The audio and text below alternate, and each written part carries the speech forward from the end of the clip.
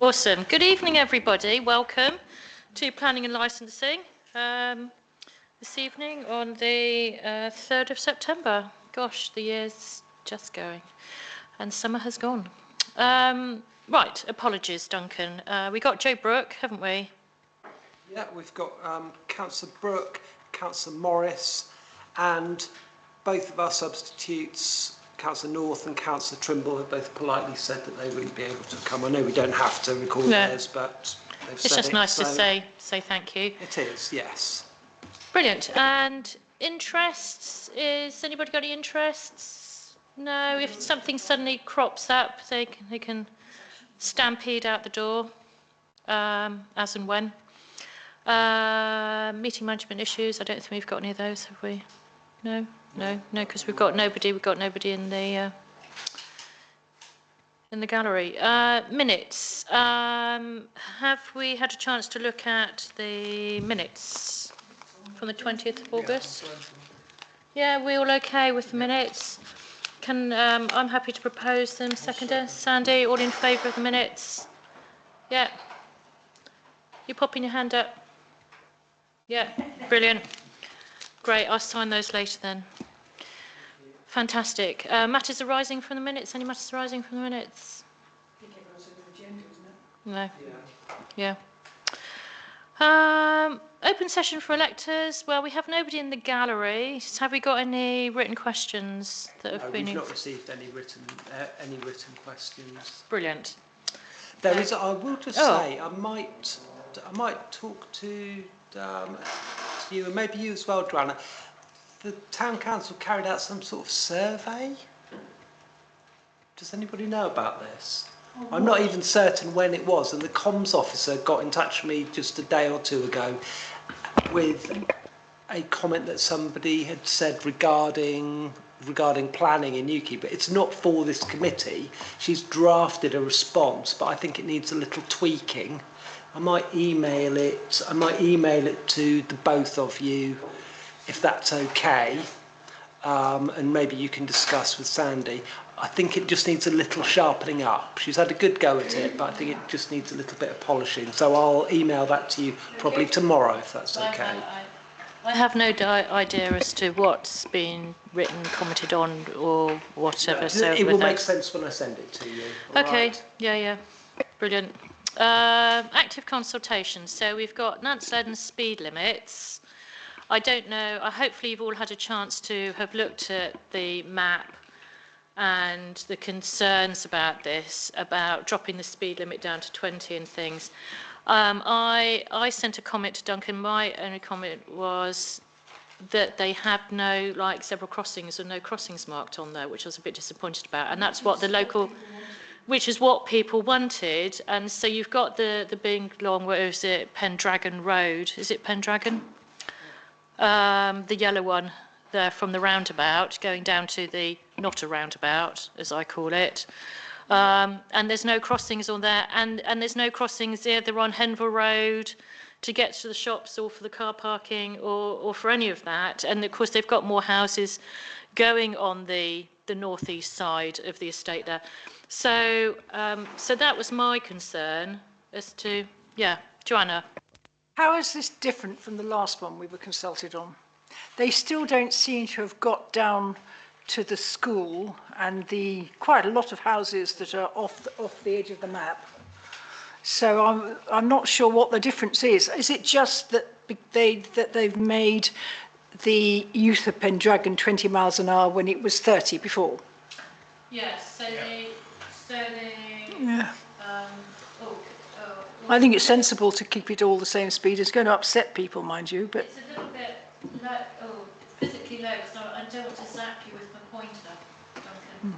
Yeah, so the proposed 20 miles an hour is the yellow road, Yep.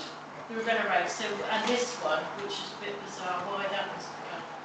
well, The green are existing, 20 miles an hour, but there's also the roads on this side as well that they're going to be putting in for 20. This is where they're concentrating on building houses at the moment. But this area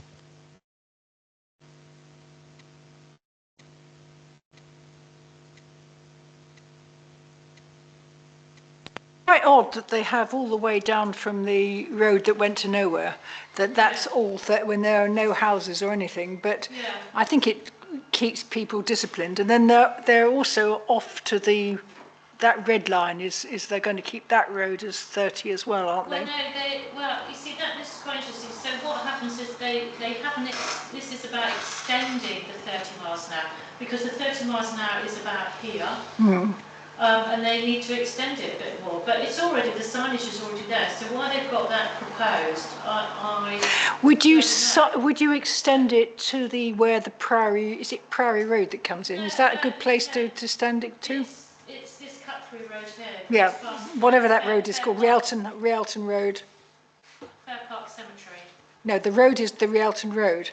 So you're saying you would extend the 30-mile-an-hour limit to the junction with Rialton Road? That seems sensible. But I need to.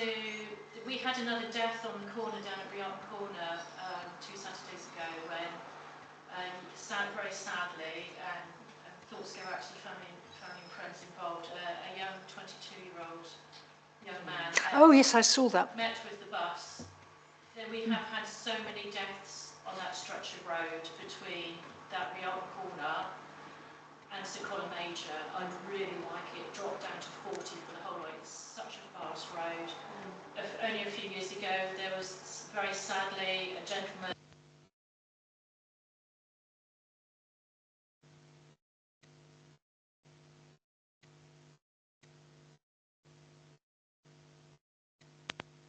Really off this is. consultation, but I think it's worth saying definitely 30 miles an hour to the Rialton Road junction and consider making the road to the airport slower. It's on my back of my thoughts that we need to get the Cornwall councillors together for Colon and St Colin Major together and really push for a campaign we've got to slow that road down. But meanwhile, we can put that into our because otherwise, I think it's all very sensible. Yes, yeah. But we need crossings. They need pedestrian crossings here. They've kept that silly island, and of course there are people that are parking on the double yellow line. So there's a real lack of enforcement going on.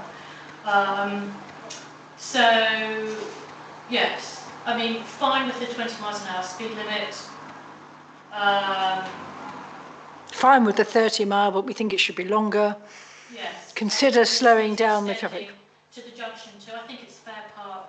It's Rialton Road. It's Rialton Road, isn't it? That road goes up there. I think it is anyway. Duncan can check. Didn't have my thing on for that. Is that what we're going to submit? Can you? Where do you want this? I'm not certain where you're talking about these crossings being. I don't know, but they need. They're right. That's what. It's not what the consultation is about. Yeah, the street is.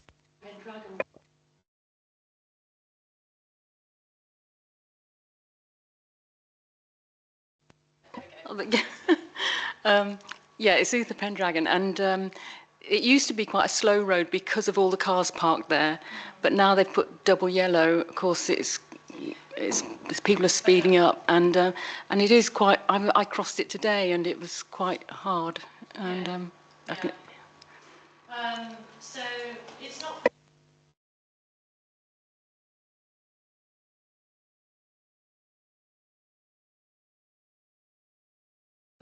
That I'd expect to see probably at least 3 sets, if not 4 sets of some sort of crossing on that road.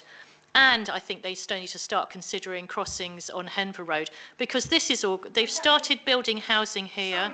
A bit carried away here. This is a consultation. We can't boil the ocean here. We need to concentrate on this particular consultation. There's no Henver Road in this. But yeah, well, saying that, Joanna, but they have got highlighted Henver Road, and Quinchell Down Road is still in purple. It's in the key here. So I think they do need to start considering. That isn't Henver Road. Henver Road, well, Downs Road. Quinchell Road and then William Hoskins Way. William Hoskins Road, yeah, are in purple.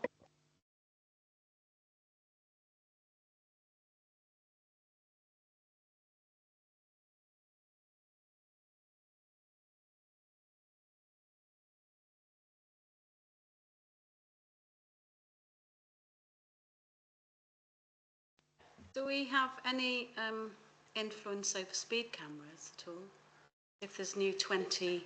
The speed warning cameras have been around, and they do move around there, and it's at the moment it's down before the school as you come into past the school there. Yes, because they actually belong to town council.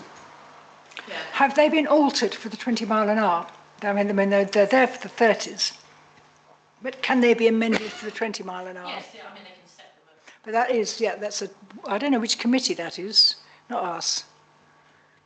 It's, I was just thinking if that's going to be a 20 mile an hour speed limit, the new road, then if there was a couple of speed cameras there, that would soon have an effect, surely.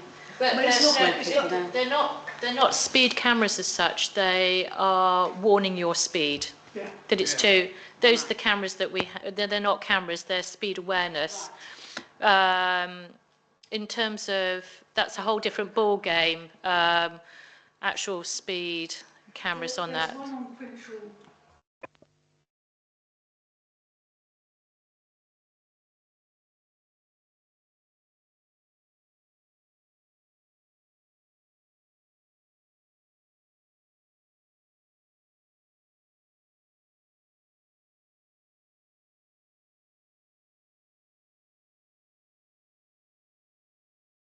Because it's not 20 miles an hour yet. This is a consultation for it. So, has anybody else any other comments they'd like to add to that?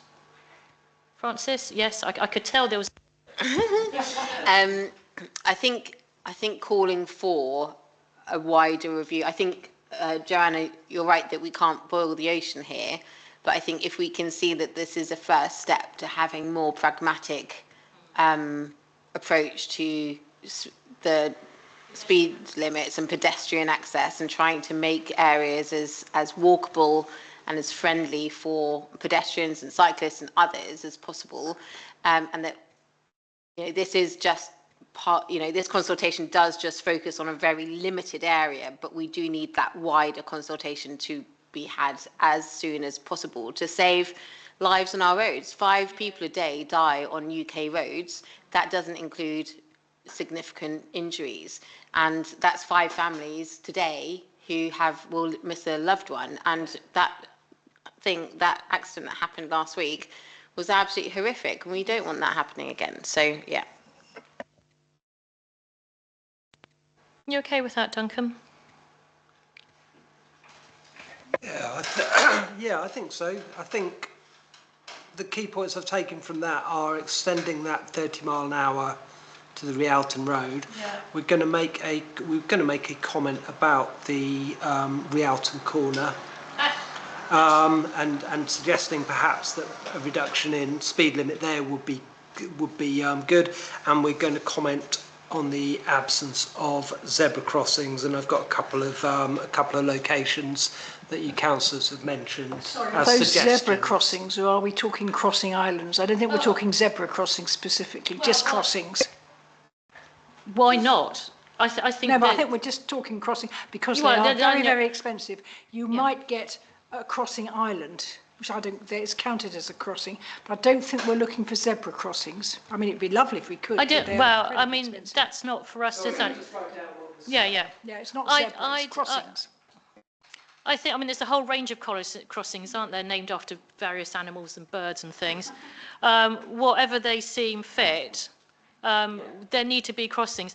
And actually, looking at that, with having this road as 20, actually, why isn't this going to be 20?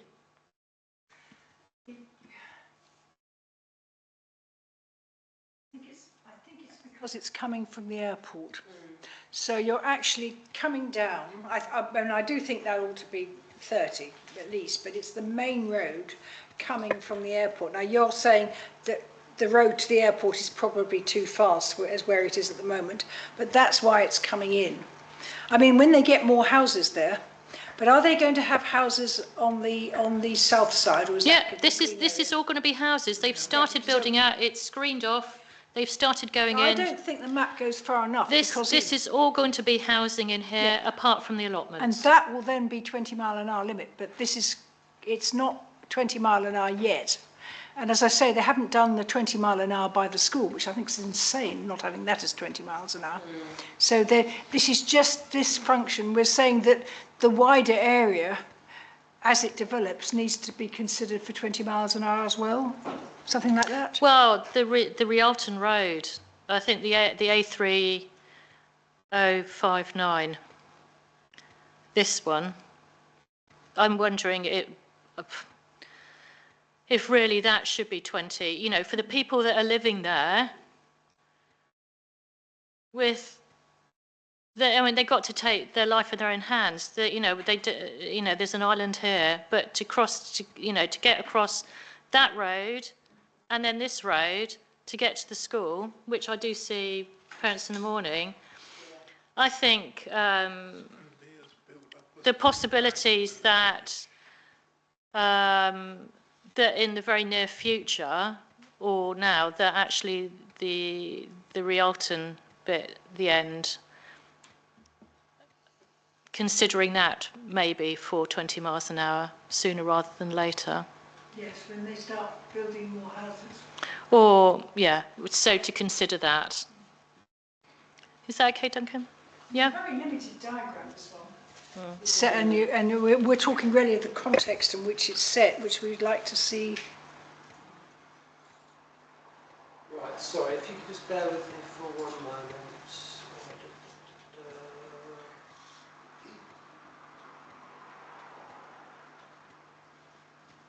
I just want to have a look at the consultation response form.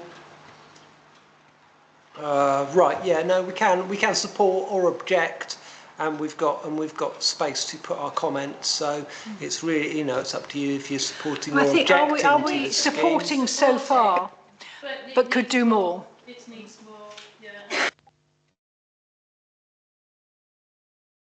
Do you have time to circulate it down? I think so. I think it might be a good idea because there seems to be lots of bits for this. So I'll just draft something up.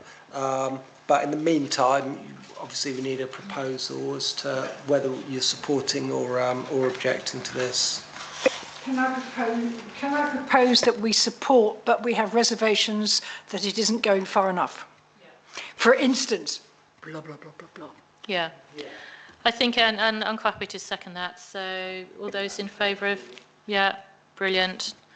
I think that the issues is because the Duchy didn't want the double yellow lines anyway, because they don't like any road markings, and so I think there's going to be issues with that. So hopefully they can overcome those on health and safety grounds.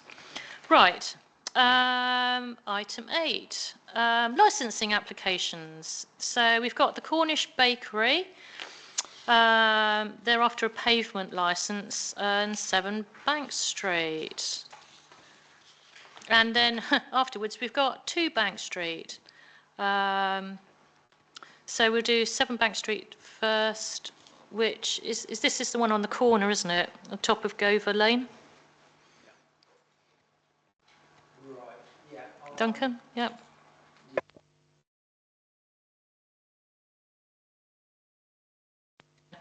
I've got to admit, I was a bit confused with this because they don't actually include a plan that I could find. Maybe Duncan's being a bit more. Right, I didn't see any issues. Right, so.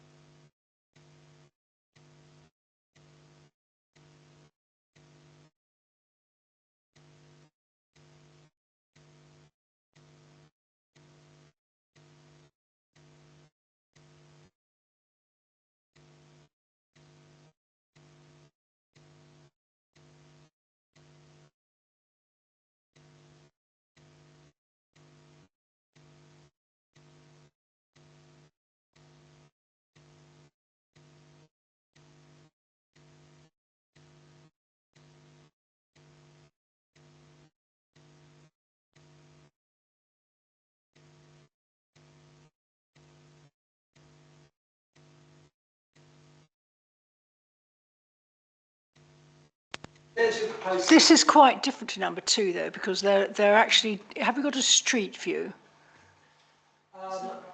I have not.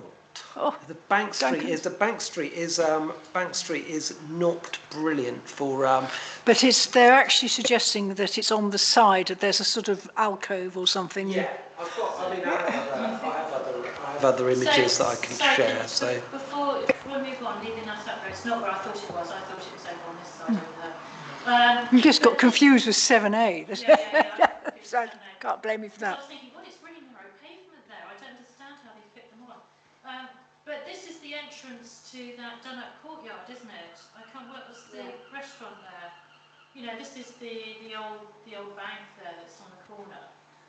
So I'm wondering in terms of blocking fire entrance and exit from there, because we had all of this when they put in for planning, didn't they?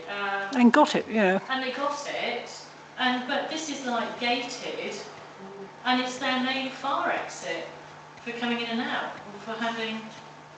So if there was a fire that is the worry.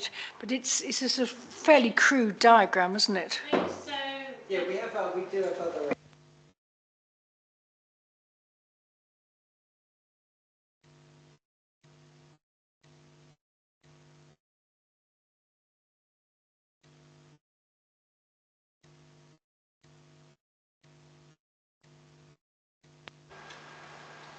Right, okay. Oh, mine. So this is where I've got confused. Right, okay. Okay, so there you are. So this is the side of the building. I mean, my thought was that the existing has been in place for quite some time, and I don't believe that the town council are aware of any issues with it. I think when you walk past, I don't think that I wouldn't say that these tables and chairs are blocking No, and that's that fine. access. I would like to. On the basis that there is a restaurant serving hot food in the square. I mean, I haven't got an objection to it, but they should be, if they're happy that they have sufficient access, then. Yeah, I think it's just, yeah. I mean, I haven't got a problem. Sandy, what would From you? that diagram, that looks to me, if that is down the side towards with the old Panland, you know, Oh, no, that's on the No. where they used to have the Christmas tree, you know, that that the dropped down. That's the It's other not side. there. That's It's the not- other side. It's not. Yeah, it's not there. It's the back of the old Sweb building. I don't. Access. Let's have a quick look.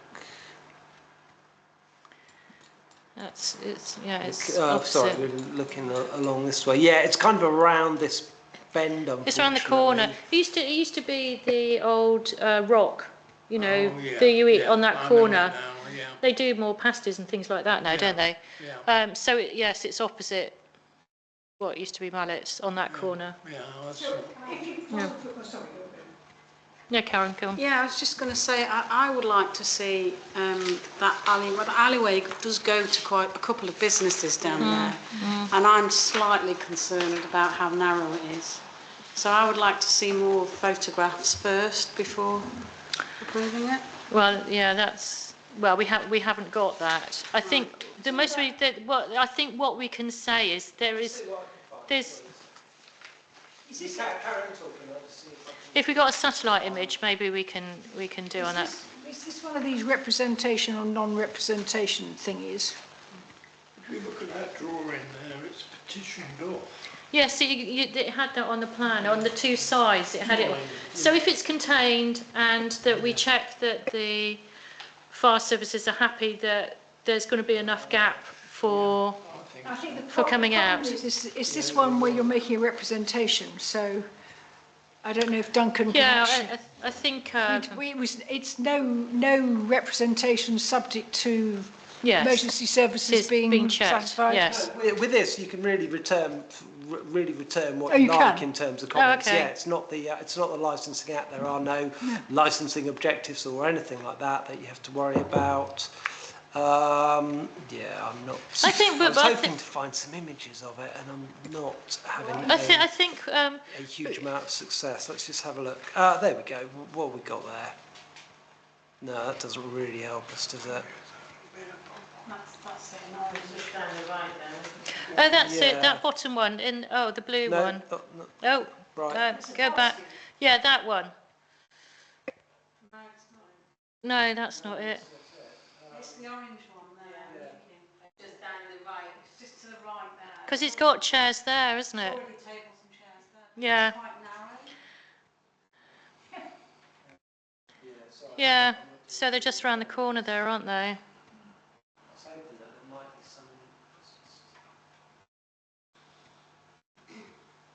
No. Sorry, I can't find I Yeah. can't find a decent image. No It's, representation subject to, or no, whatever the thing is, we're not against it. It's No. provided And it's been there. notice the access to the businesses behind. Yeah. There's adequate access for. Because I mean, I don't know if they have deliveries and things there, so.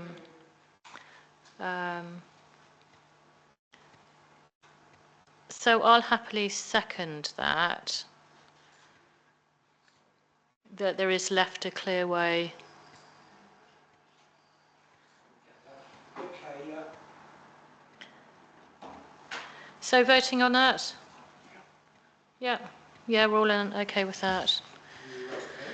Wonderful. So you're okay with that then, Duncan? Yeah, that'd be right. And then we've got Cafe Nero opposite on number 2. And they just basically want to keep those chairs as well, don't they, Duncan? And they're going to put Pretty a much, barrier. yeah. I mean, they've got two. Barrier. They've got 2 sets of 2 there at the moment. I think with the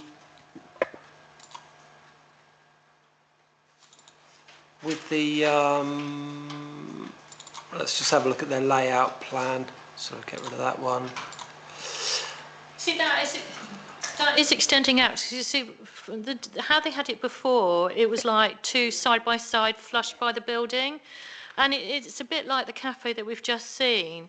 That is now protruding a long way out. I mean, they're calling it. Is that 1.5 meters? Yeah, they've saying that's Into- 1.5 meters to the first bollard. And you see, so that is actually coming out further away, a long way, and it's going to be up to the bottom. So they're going to be blocking all of that off, which I do have a concern with. So the chairs. Blocking off. So the chairs and the tables are going out the other way. So there's going to be more seating effectively, but they're going to be protruding into the pavement quite a long way, 1.5 metres they're saying, and I think it's going to be more Gaver than. Lane. They're right on a road junction, aren't they? So, No, they're opposite. so there's yeah, nothing so- wrong with what they've got at the moment. No, because it's up tight against the premise. You know, the seating is side by side, not opposite each other. So they've got more tables there. They've got 6 as opposed to what have they got outside? Go back to the image that we had before, as opposed to 4. But this is the arrangement that they've got before, and people can just fit in here. But coming out 1.5 metres, then you're up to that post and their signs. So effectively, they're going to be blocking all of that area off, where people are going to be walking along. Is it their land? Does that not matter? No, it isn't their land. No, that's it's- not it's- the issue with this. So actually, in this instance, I have a concern. So effectively, if you- you're if you- adding a chair's width. Well, it's going to be here. So if you've got it. Where the brickwork changes is what they would. No, it won't go that far out. They can't go that far out because the post is here. There's a post there, and that's the bollard coming, which I think is further down. But if you think of this, the gentleman on the seat, then there's a table, and then if you have another seat here, that is making that a really narrow space for coming down. So There you go. There's an example of a additional chair. and that's sticking out notably further, isn't it? For somebody coming down in a wheelchair or somebody who's blind. And there is quite a lot of there is quite a lot of space here that people can, if, you know, that chair's sitting there, there's still quite a lot of space for people to walk through. If the car comes out of Gabriel Lane, because that's one of the exits, isn't it? There's not But much that's this traffic side of goes the, through that's there, this though. side of the bollards though. It's not going to be coming out there. It's if you've got a delivery coming through with a large lorry and there's people around.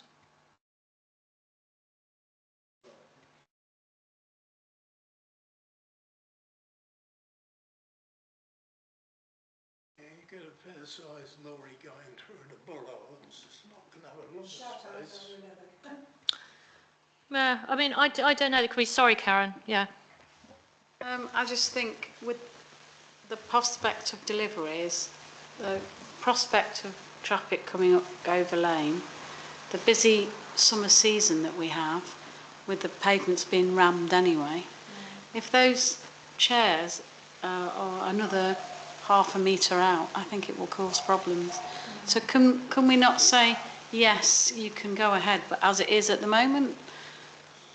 Yeah. Well, I mean, quite clearly they've done both. I mean, here's an image where they've got chairs either side of the table. Well, people have probably moved them around. So yeah, no, they quite probably like, has. But limit what you're to the saying is that you distance. would like the chairs to be backing onto the Yes. premises, Yeah. not facing, not on the Yeah. other side of the tables as well. Yeah. It's not being able to extend 1.5 and probably metres and probably more out into the pedestrian highway. I think it needs to be decluttered at the best of times. So, yeah. Okay, so right, so that sounded like you want to submit a representation then. Well, it's a comment. It's a comment. Right. It's either you don't respond to them, or you submit a representation. That's effectively what you do. I think it's legitimate. Yeah, it's not objecting to it. It's Yeah, saying we are concerned And about. see what the officer comes back with if he negotiates with them, or they negotiate with Cafe Nero and see what they come back with. To have the 4 tables. With the same point, I don't know. Yeah, to have the 4 tables rather than the 6. 4 rather than 6. Yeah, so that. Yeah, and you could just see it's just going to be more. They've got 2 on the other side, I suppose. That's where the 6 comes from. No, they've got one table on either they've side. got 1, 2, 3, 4. But on the Yeah. plan, they're looking at 1, 2, 3, 4, 5, 6. And Would you be happy if they just had? I mean, they've got 4 chairs there, and they're only Yeah. looking to have 3. But it's that extension out, isn't it? So Yeah. whether they. It's not really it's the depth. number. It's No. the fact that you'd have Yes. chairs on Yeah, the wrong side of the table in the Yeah, yeah. pedestrian highway. yeah. Okay, so we'll forget Yeah. that about the 4, because 6, you could probably fit 3 chairs on there, 3 tables there without causing any more blockage. Well, to they're the, assuming people there in couples, aren't they? So they don't necessarily do with that. But I think, you know, that's sort of the maximum we want to see, I think, in terms of, and then flat on. I've got a reason for your concern and what you would prefer to see. Yeah. So Yeah, as if you're is happy with that. as is at the moment, and see what they come back with. I mean, we have. Proposer and a seconder. Okay, so proposer then that yeah, you're going to propose, Sandy. Sandy's proposing. Our second. All in favour? Yeah, brilliant. That we're not against it in principle, except we're concerned about the extension into the pedestrian thoroughfare. Why have they given us a picture of a tap rail? It was examples of the railings that they were going to put around it as well, and of course that, if it's on a base, that's going to be further out because they didn't have the base and the rails on the plan, did they? So that's going. Oh, they did at the side. So that is extending out beyond as well, isn't it? Yeah, so they have got them there. I mean, that's something that they don't have at the moment. I suspect both of these applications have got these barrier kind of sort of roping off type of things. with tap rails as well, just in case anybody visually with a visual impairment comes across them. But again, I suspect that that's something that Cornwall Council might have said that they wanted to see as part of the application. Yeah. And yeah, in terms of the furniture, I think we've Yeah, that's what they've got already, isn't it? Anyway, It looks isn't very Yeah. much like what they're putting out Yeah. there already. Okay, Right, anyway, I've got something to go back with on that one, so that's fine. Number 9, We've previous got some planning. licensing, sorry, we've got Oh, some sorry. Oh, you got updates. more. I see. I haven't. Okay, sorry. That is on there. I've got it, but I don't have any details. Sorry. No, 'cause I Okay. don't have to tell you, Okay, sorry. because they're only updates, so. Right, licensing updates, Duncan. Sorry. No worries, I'll just close that and stop sharing. Oh, my blimey. screen. Oh, that's Into a infinity bit- and beyond. That looked like when you get a migraine, doesn't it? Right, in terms of the rum sailor at Proud Park, which we've been quite concerned about, and the fact that the window for opportunity for a hearing had long passed, I received notification today that a date has been set for a hearing, and that is on the 17th. That's 10 a.m. on Wednesday the 17th, which is, we do have a meeting that day.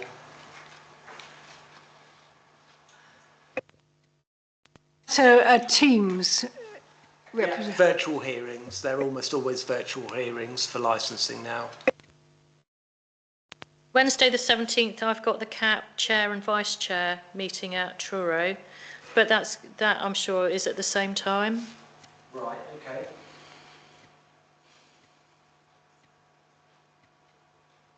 I Well- don't know what time. They haven't set a time. Andy is quite, I had a conversation with this, because obviously we have some issues with attendance with these virtual hearings at the moment.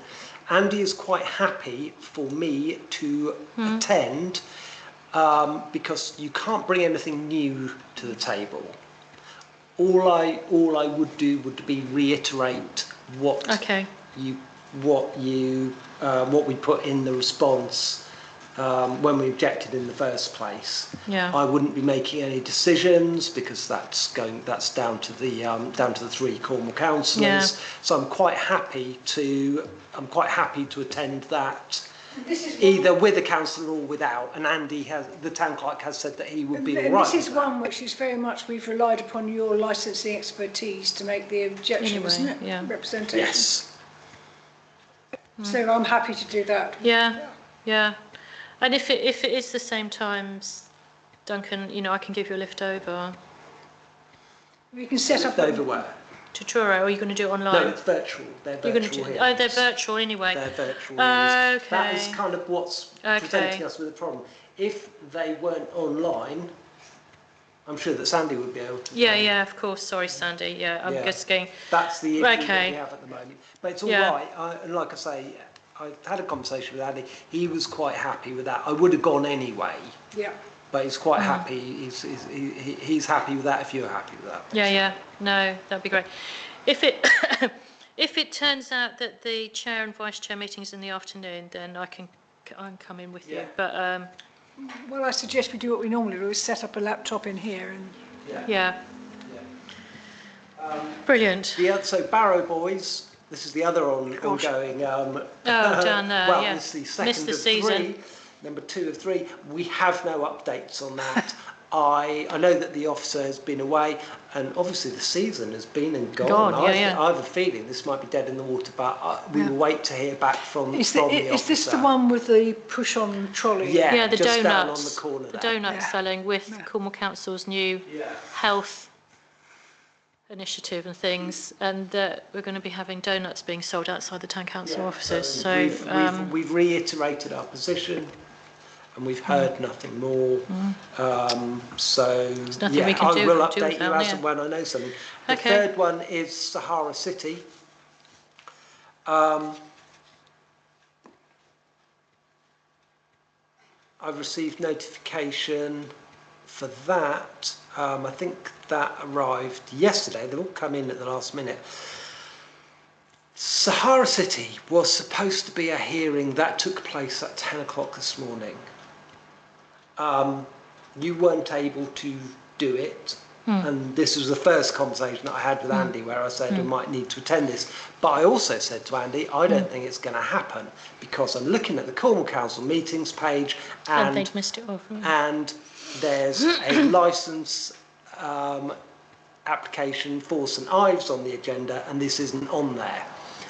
And I emailed the officer and the officer reassured me that absolutely, despite the fact that it wasn't part of the meeting papers, it would be looked at the meeting, which Sure, it's not legal. absolutely, that was absolute nonsense and it's not legal. There are rules that govern these things. So, yeah, yesterday I got an email telling me that it wasn't going to be, they weren't going to be holding it today. I mean, I think this is absolutely, licensing have, in my opinion, have dropped the ball a little bit. It's now going to be on the agenda for next Wednesday, the 10th of September. I'm very keen to attend these myself. I'm hoping that Which one is Sahara City? I'm getting confused. Sahara City is opposite the Maharaja. Oh. And our concern about that Used to I be think, was the Mexican. almost completely about the plans. Yeah, yeah. Because, I mean, Yes. they Yeah. appear to have licensed the upstairs bedrooms for Yes. the sale of alcohol and Yeah. regulated entertainment. Yeah. It's because they Yeah. are accepting plans from applicants that do not meet the regulations in the Licensing Yeah. Act. I And can make somebody in Cornwall Council needs to take this by the scruff of the neck. The town clerk has suggested that we write to Kate Canally about this. I can make that, Duncan. So I can come in Excellent. here. I can come in here. So what's that going to be? 10 o'clock. Yeah, that'll be 10 a.m. 10 o'clock. Duncan. You can cancel online. Right. Okay. We should tell them how cross we are.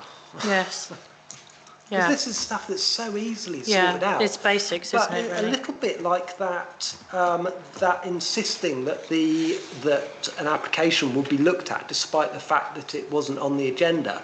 They're just kind of digging their heels in about stuff and saying, nope, you're wrong, you're wrong, you're wrong, and we're not. Ho Anyway, ho. that's licensing for today. Wonderful. Thank you. Smugly. Right. So 9 planning applications that we've decided 5-day protocol-y ones. So we've got, it's a non-material amendment. The land at Chapel Gover, the new keep growth area, non-material amendment. I returned a comment. 5 of you responded, all agreeing to raise no objection. I responded saying, I think it was to do with the order in which they were doing some of the landscaping. So I said councillors appreciated the reason for amending the wording of conditions 13 and 15 and agreed these changes would remain sufficiently in keeping with the original permission. Yeah.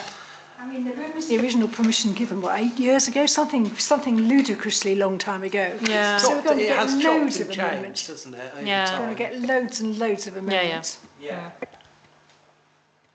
So yes, it's just that single decision That to be one. ratified. I would also say that you do have a protocol for the Atlantic Hotel, that development south of the Yeah, Longshore. I've I've had a rep- couple of yeah. responses from that. If but, you can- but that one is in your inbox, and I do need a response no later than sort of kind of Monday morning, something like that. If you can, yeah, we've both responded to that. Fundamentally, at this point, because it got through appeal, Yeah. we're not going to get anywhere with an objection. But I think you said I mean, my concern is I think there's going to be building effect, and that's the building officer really. Sort of looking at what the dig is going to do to the wall that separates from Harvest Moon, which is Yeah. immediately I've got a below few it. wins out of it in terms of the repositioning of one of the balconies. Yeah, one of the Yeah, balconies they've got made a few minor and the changes, use of a haven't they? permeable, so you know Yeah. you have got a couple of little victories out of that. The Yeah. use of a permeable surface as well to Yeah. manage the surface water runoff. So you have got a little bit out of them. Yeah. Yes, so anyone else who hasn't looked at that, yeah, go on. Do you need responses from everybody on the committee? As many as possible. But I think having not looked at the application, having not been part of that deliberation, I don't think we'd put too much pressure on Councillor Spry to do that. But sort of like kind of going forwards, we can do. And if you need to have a chat about the 5-day protocols at any point, Oh, thank you. Yes. just talk to one of us. I was saying that I would disable the reply order button. This is the 5-day protocols is the one I wouldn't, because that does, you know, people do come in and say why they're voting in a particular way, and I think that's quite useful. Yeah, it's just where Yeah. I'm coming from it. But it's all the others where we go, I'm away until 11. John is having a meltdown about that. It's Right, just okay. it's just the one decision, the non-material Yeah. amendment to be So rectified. I'm happy to say that we've done correct procedure on that one. I propose. Second. Sandy seconding. All in favour that due procedure's been taken place? Wonderful. One in that. Great stuff. Right. Ooh, number 10. Actual planning applications. Ha ha. So I'm sort of giving the first one. And it's going to be a bit of a muddle through, I'm afraid. Right. So application 1 is PA 25/05564. Rear stroke side extension in place of the existing cob extension that is in need of repair. Reinstating the existing garage at the front of the property. And this is the farmhouse at Merbian Farm at Tregurian. It's the property on the corner, and we saw this last year where they were going to do the same thing, and we objected, and they withdrew it. People, if you object to something, you can withdraw it, so it's not got an objection on record. If they'll withdraw it really quickly before they can actually put a written notice up that it's been objected to, so it doesn't have that record. But they do have the record in the paperwork that's online of our notes from objection, of the objection. So, so this is slightly different. So if we start off with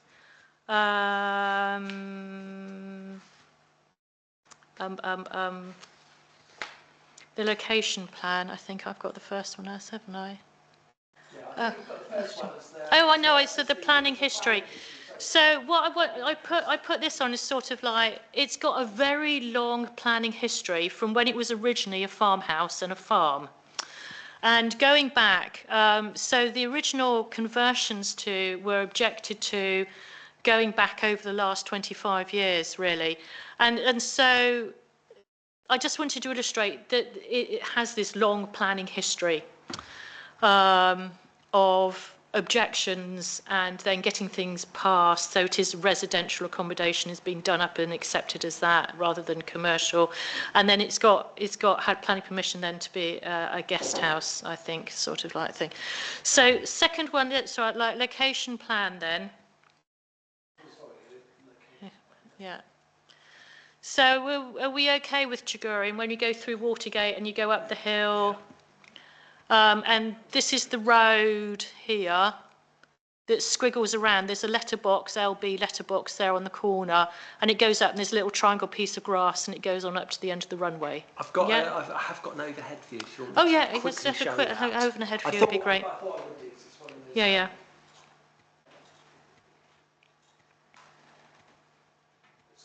Quite nice because we can actually zoom right in on the thing. So Tregurian, obviously north, and if we kind of squish right in, it's actually, you can highlight the building, I think, can't you? It's this one here. Yeah. Okay, so the letterbox is on the corner there. This is the one, and this is the extension that they're going to be working on at the back. And it's interesting that this is a fairly recent image. I don't know if it actually gives it at the bottom somewhere. But you'll see that the fence is here. They've flattened this and put the grass on. So this is all new. And there's the retaining wall here. And this is the extension that they're actually going to be extending forward.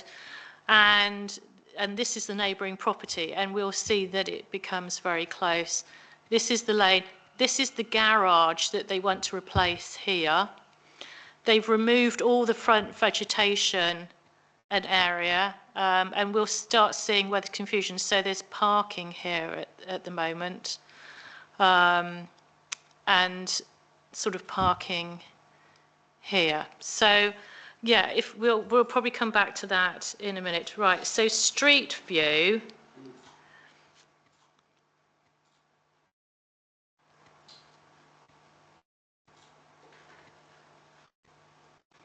Is older. So what they've done, so all of this they have removed. This is all gone since last year. So since we last saw it in 2024, and it was later on in 2024. You know, wasn't at the beginning of 24 when we saw this. So they've ripped all of this out. The trees have gone. When we'll see in their design statement that they ripped the tarmacs come up, and we'll see in the design plan that this is all meant to be decking, but it's not. It's gravel car parking that they've got, and they've put a fence here. Right. So if we look at go on. Is this the garage? Yes. Yes. This is a 2010 image. Yes. Yes, it is. Right. So presumably. So no. The garage is separate here, and they are literally just replacing that with a garage. That isn't an issue. They've carefully got design images of a box at all different angles with a door at the end of it, and they're putting exactly the same place. So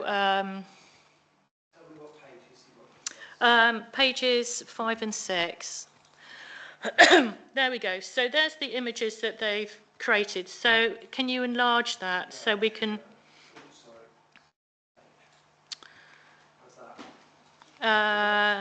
Yeah, if we go bigger. So this is the north side. So this is the road. So this is the fence here.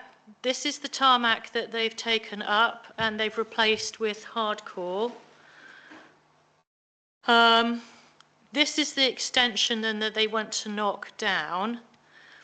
And this is the garden. So this is when we'll talk about you've got the objection in your pack from the neighbour that they've already started the work. You know, they've taken the rendering off the end of the building here, back to the stonework. They want to take the extension down. So I don't know, they're saying about the cob extension. This is the cob. So they're going to extend out this way towards the neighbour, and they're extending out frontwards, and they're going to be putting a balcony in the gap between the two, which then looks out over the neighbours where the photographer is effectively standing. So effectively it's a room with 4 windows, isn't it? Yeah, well, I mean, we'll get to that in a minute. So if we can just scan down. So this is the neighbouring property that they've put the wall and the fence up, and this is cedar clad. So the original, that's the extension they want to take down and then put a new one up and make it even closer to the neighbour. But you can see that the garden's already been done and flattened, and you know the tree stumps here.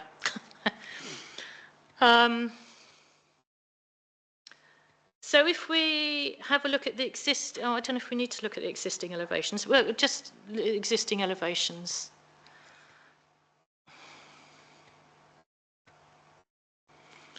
So that's it. So this is the extension they're going to be coming down and building this balcony in front. So they're going to be bringing it out. And that was built fairly recently, wasn't it?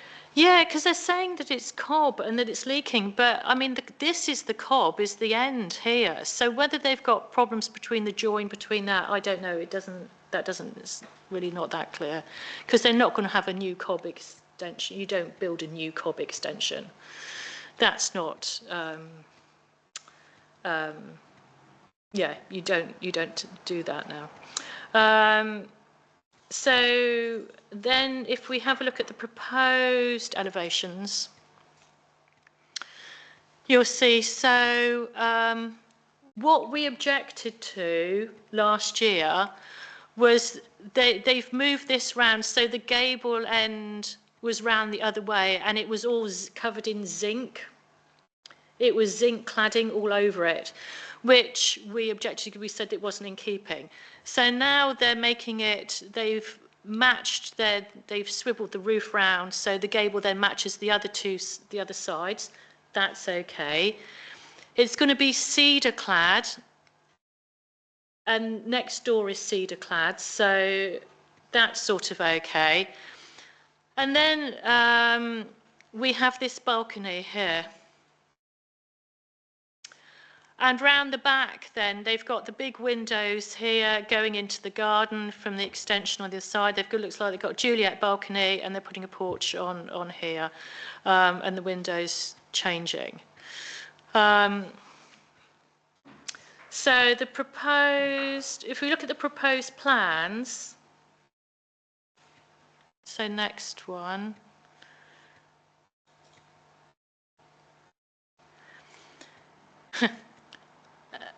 So, so there they've got it changed around, but oh look, no balcony on the proposed plan. Oh, great.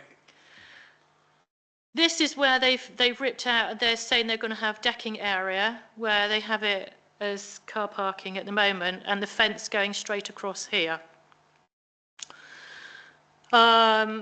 So this is the garage, that's not moving. This they've got marked as a car parking area when it isn't. It's that grassed area that's in front where the photographer was.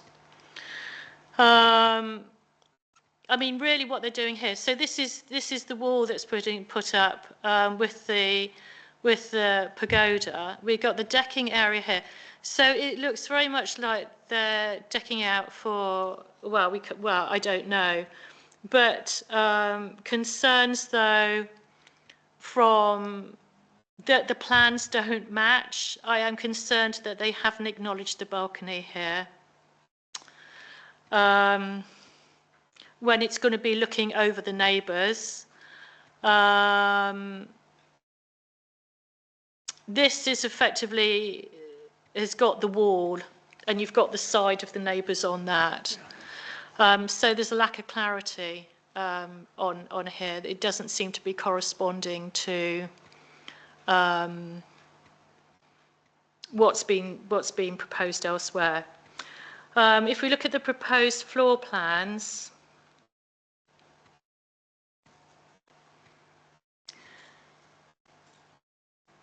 then they have the balcony. So ground floor, then it's quite interesting because they've actually built out and infilled that gap because there's a window there, which if we look at, I'm not sure that was on the elevation. This is the extension that they're putting out with the roof lights in. So they have got a window on that side, which I think just looks out onto the wall on the ground floor. I don't think, we'll have another look back at the elevation, but looking at this, I don't think they've effectively infilled that little gap.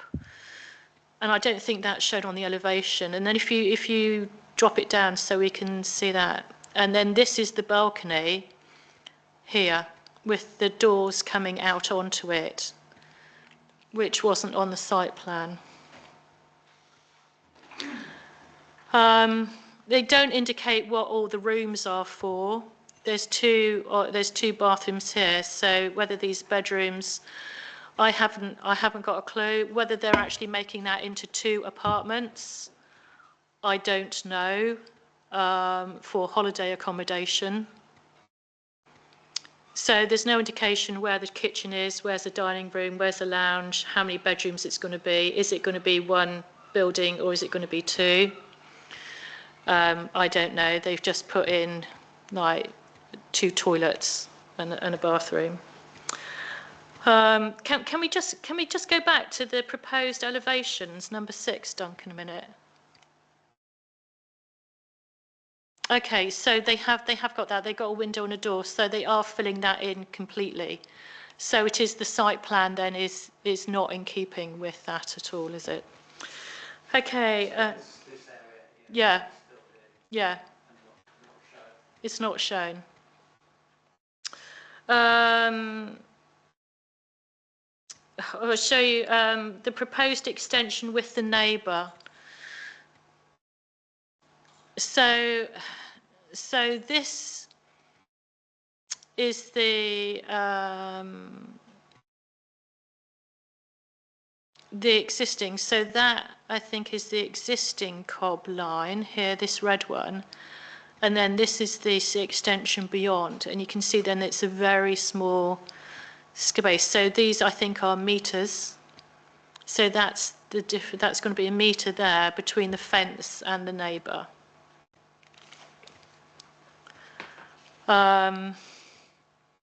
So that is a big extension that way that I have a bit of a concern with. The roof is raised a little bit. I think it says there 40 centimetres, isn't it? 400 millimetres? Yeah, which is neither here nor there. The proposed garage elevations, I mean, it is a box. There we go. No windows or anything, it's literally just replacing what's there. I don't think there's a problem with that. Do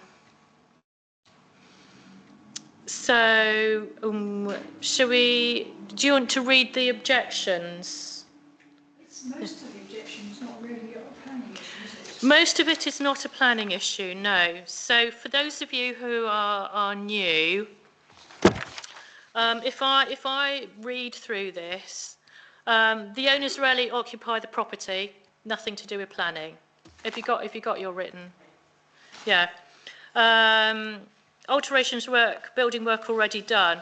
So that's quite interesting in terms of whether it's to comment on that. Excavation work has already taken place to reduce the ground level behind the said property. So hence the garden, all that garden being taken out and levelled.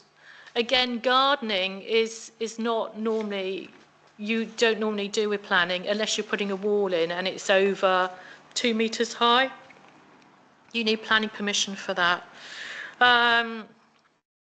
This is within 3 metres of our property building measure to be. So a lot of what they've got on here is their own legal issues that they'd really need to tackle through a solicitor. It's not planning. So the removal of the retaining wall, the removal of the retaining has currently, they're concerned with that, but they don't attach any images with this, so I'm not quite sure what retaining wall it is, whether it's that block one in the garden with the fence on top. It could be. Again, normally if you're putting a retaining wall in, you'd put drainage in that. It didn't look like they'd have that. So we can express a concern at that height of wall and the fence would need planning, I would have thought. Removal of tarmac driveway, which I said, we saw that with the 2010 Street View. It was tarmac. They took that out and replaced it with a permeable hardcore.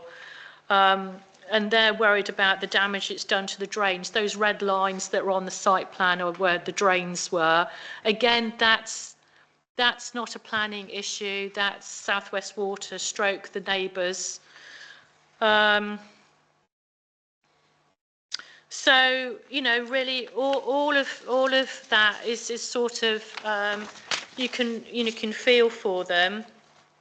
With the construction process and things, in scaffolding, parking, so it's really hard. Apart from the side extension now to contain a balcony where previously it did not, what purpose is the balcony? Well, it's a balcony, isn't it? Makes the front of our property overlooked and unusable. The overlooking, though, is a planning. Yes. So we can comment on that and show our concerns about the balcony and overlooking neighbouring properties and loss of privacy to do with that. Yeah. They haven't put in a southwest water grey water runoff things, so we can make a note on that, and our usual renewable energy things. Yeah. Yeah. You'll see from the comments document, I was slightly confused because Southwest Water have Yeah. commented twice. One comment, but on the same day, Yeah. one comment seems to be happy and one states that there were no surface water strategy details. I mean, we would normally just say that we would expect a surface Yeah. water strategy to be submitted to the satisfaction of Southwest Water. I just thought it's bizarre that they've said, yes, we're happy with it, no, we're not happy with it. Yeah. I just want to say as well that the application form tells us that work hasn't been started without permission, and that public comment firmly suggests that it has. Yeah. And they also say, and you might be able to answer this, Sarah, they also say that parking arrangements will not be affected. Is that the case? Well, I find that so as I think what they're, you know, as I said before, this area for car parking here, if we look at the satellite image, you can see that it's grass. It's not actually really used for car parking, and all this front area, which is car parking, is that actually going to be the decking area? Are they going to make that decking? That car parking does come within the red It line is in site. Kirkledge, because we had a lot of problem last time. Right, okay. That the boundary of the actual site didn't make sense either. But if we look at the satellite image, Duncan, which seems to be pretty up to date.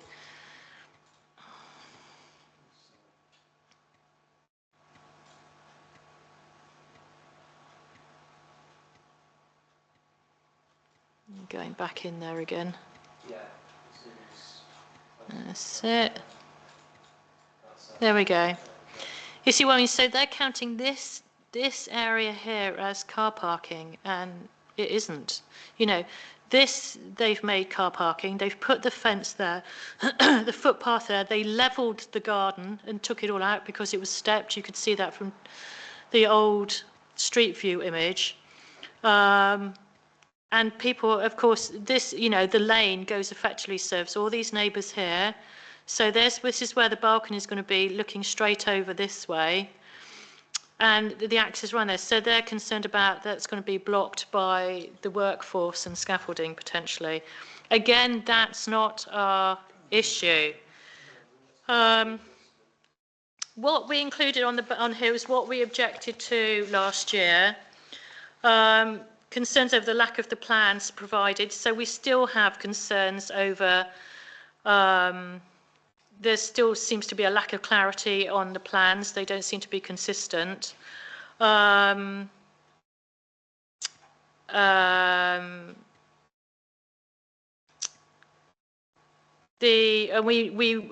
concerns with regarding the excavating works and the exposed pipes, we still have that. The zinc roof is gone. Don't have a problem with the cedar. It's because the neighbours have got that. It's still incredibly close to neighbouring properties, and the grass has been removed.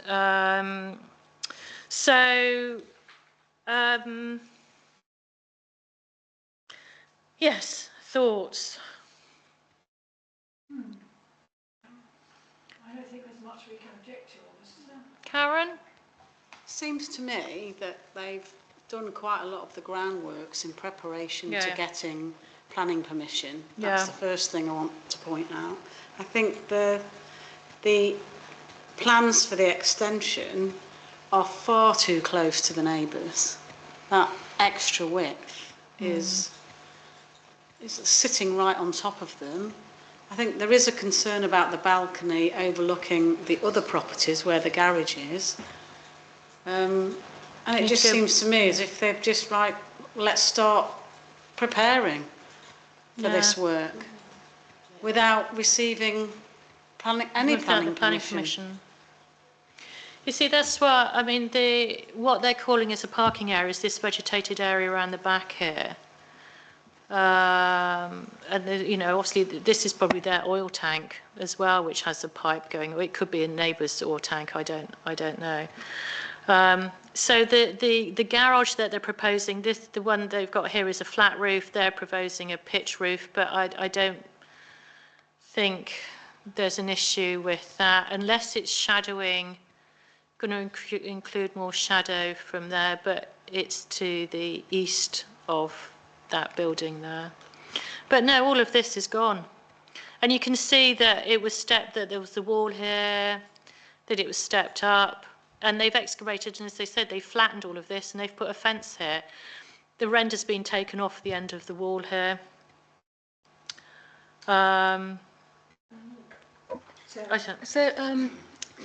Have they taken down a stone wall? I'd thought stone walls you weren't allowed to take down.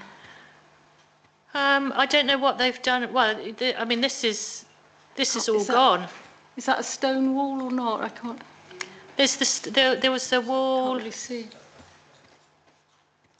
That one, yeah. No, it's I don't know behind it. But I think all of this is gone.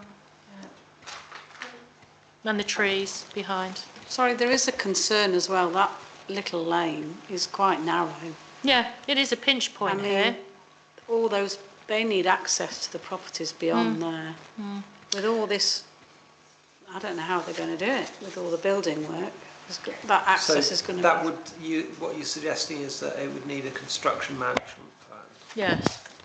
Yeah, we're on that. Yeah, because there are ways and means, but they need. It's useful if that's written down for the neighbours.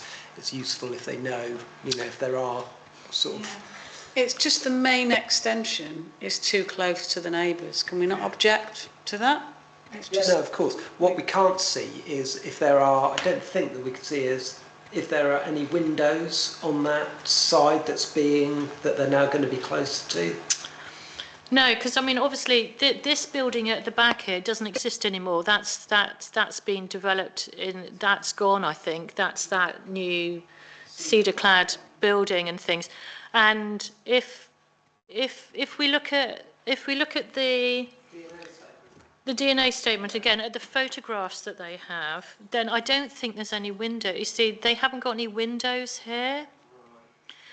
And it's a bit confusing, really. So I don't know which property the objection came from. I think it's this one, because this is, I think, is the retaining wall that they're on about, with the fence on that. And so that is going to come down and then get even nearer to that wall. And it doesn't look like there's been any drainage put into the wall, which is a concern as well. And they're going to make this into like concertina, garden access doors with the extension coming out here. And you've got the neighbour here. So I think, it's.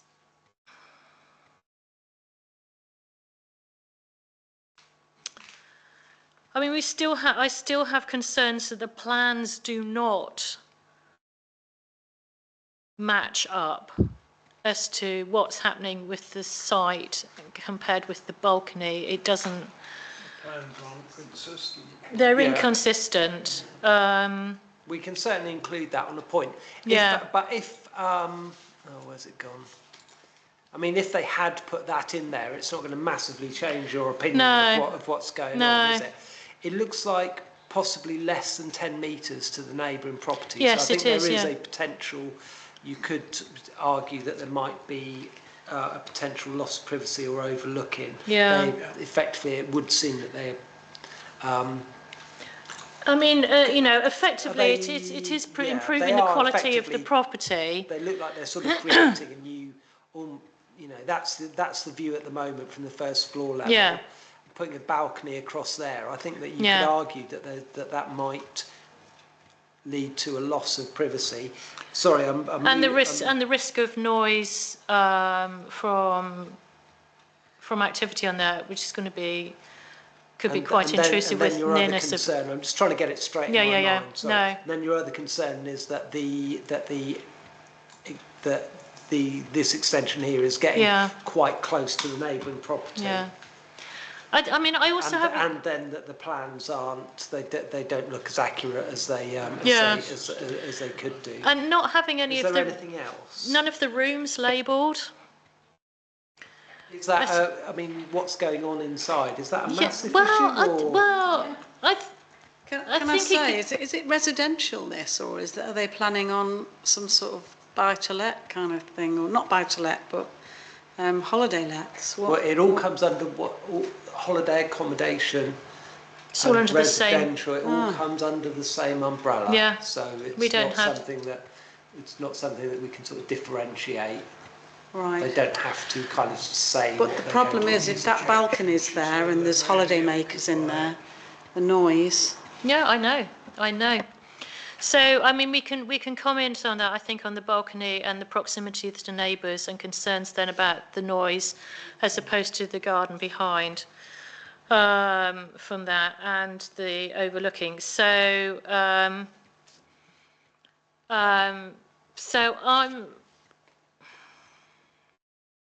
I mean, it's nice to see that property is being improved and all of that, but I still have reservations. Where's the renewable energy on this, and all the bird box and things? Where's the vegetation going back, or is it just going to be grass? Which we note the loss of shrubbery that's already gone in, and the greenery. I think the DNA statement refers to a sort of like a fabric first kind of. It's not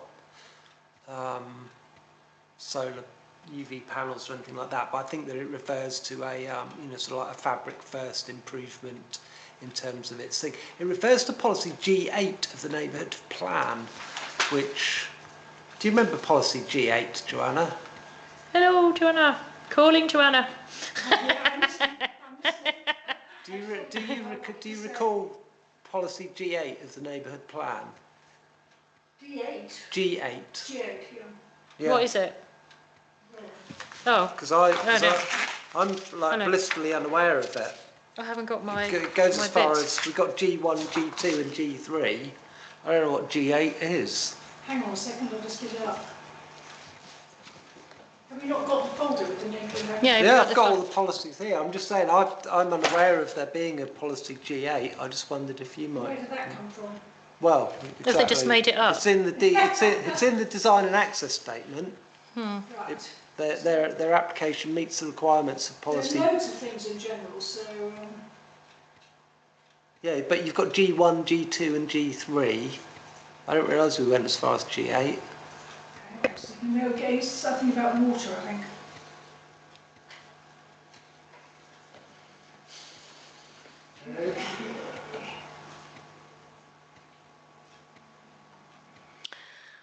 I think we put a thing about checking with the water because the runoff should have been going in. It should have been going into in that garden. Should be a soakaway going in the garden for the runoff from the roof and stuff from the which they could still put in. Right, okay, I think there's not an 8, there's G1, which is, and G2, which has got loads of A, it's got A to H in.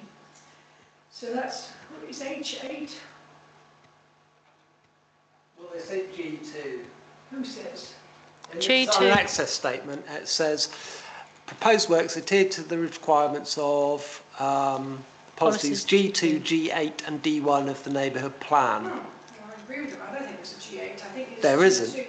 I think it's G2H or something like that. Yeah, we Which don't know is what we what- don't know what what- they're saying that they're meeting the requirements of because the policy doesn't exist. Non-permanent hard landscaping, I'm not generally be supporting.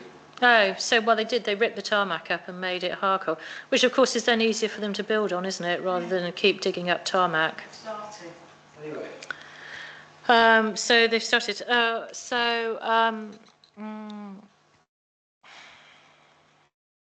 things here to go back to them and With- with a comment. with- It's yeah. just, I need to know if you're. So I'm going what to. you're. Yeah, I don't need to know what you're proposing. Yes, I really. know we propose on it. I'm still going to propose an objection that I'm still not happy as to really what's going on here. That stuff's just not tying up together. I'm not sure I'm totally on board with an objection. Well, I would support an objection because I think we expect from from all other applications to have as much clarity and detail as possible. This is a very sloppy, quite opaque, confusing application. Yeah. That if we had applications like this for every single one, it would just be a mess, utter mess. Whereas, we need to maintain some standards that say we expect decent submissions, and this is just not one of them. I think we can put in that we support the improvement in the quality of the building and recognise that, and moving away from the zinc to the cedar cladding is more in keeping with the local environment. And The one thing I thought was slightly out of character was the balcony with the windows, and I thought that was. I think we still have issues with the balcony really, and its proximity to the neighbours and the visual and noise impact. Can we from count that. this as historic framework, and that therefore it's not? There's other buildings in Tregorin which have balconies and things, I mean, which the has one already next got a door precedent. is terrible. So Yeah. There's the one on the road which has a glass balcony that overlooks down the valley, doesn't it, to the White House? That's right on the road there. There's some odd things that have gone through already. So, yeah, is that okay, Duncan? I've got a number of so I'm comments proposing. here. So who's seconding me on this? Francis is seconding me. Okay. Objection?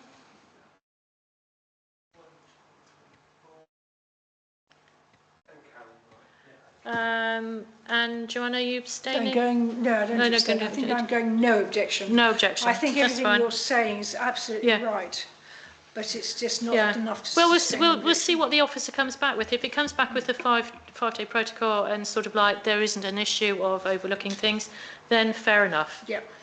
Sometimes it's an objection that gets things moving. Yeah. I mean, they've moved it from the zinc to the cedar. Great. But there's still need tweaking on that, and you've got all the concerns that are shared there with the neighbour as well.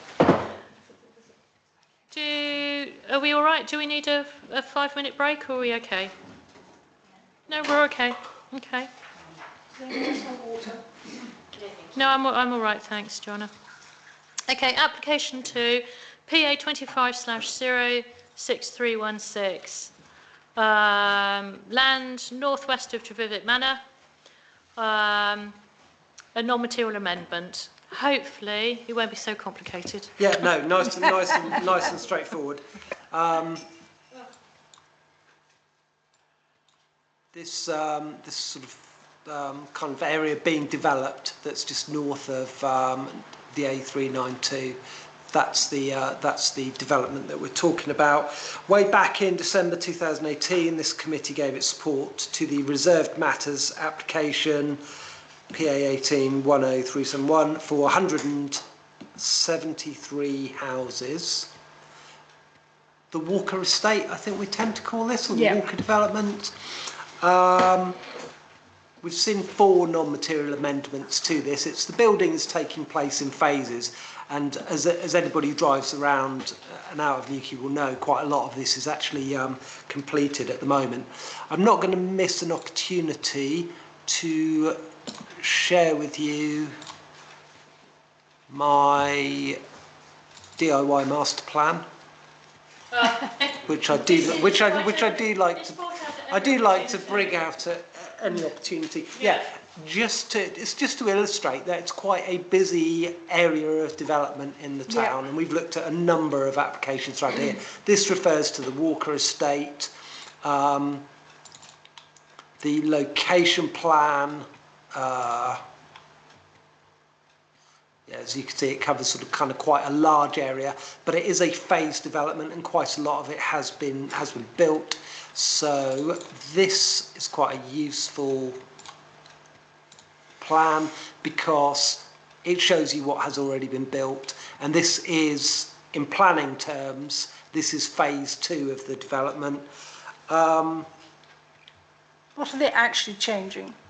They are just changing materials. Obviously, there's a lot of houses here. The key, and there's a lot of variety as well. They're not just building an estate that's where everything looks the same. You've got a lot of different materials being used: black brick, reconditioned stone, rough cast renders, cedral cladding. At various different levels on buildings as well. They've given us a couple of elevations.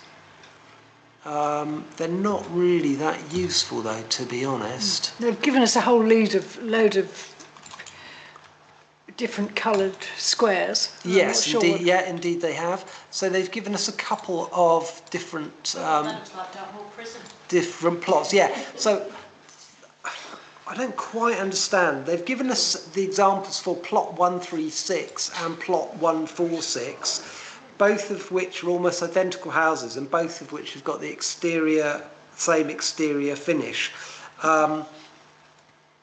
What they have given us is a selection of different materials that they are using. So you've got some different types of kind of slate roofing materials. So it's going to be quite a variety of looks to these different houses, and then various different renders, rough cast effects, and then brickworks of various sorts. As long as they don't do white, I don't care. I haven't been through. I think you'd go insane actually if you were trying to say kind of what had happened to each individual house on here. But they have said that they are changing the material on some units on this phase of the development. I mean, really, to figure out exactly which ones, you would have had to have looked at a previous version of this plan and gone, right, they've changed that one, they've not changed this one.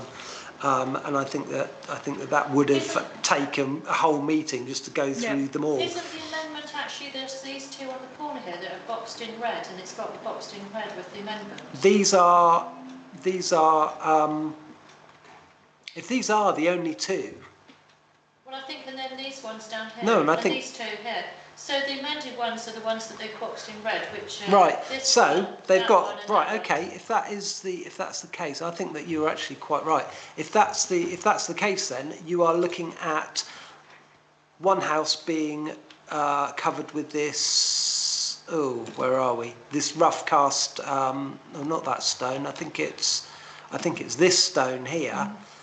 Plot 136 and plot 146, just both becoming both being in this stone finish, and everything else staying as it is. So it's really not much going on here at all.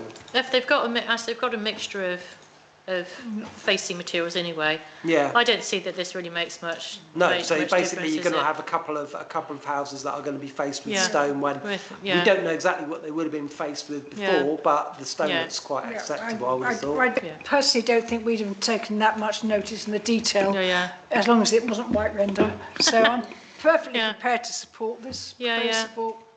Sandy, you going to second? Yeah. All those in favour of? I'll just return Yeah. Karen's not. Sure.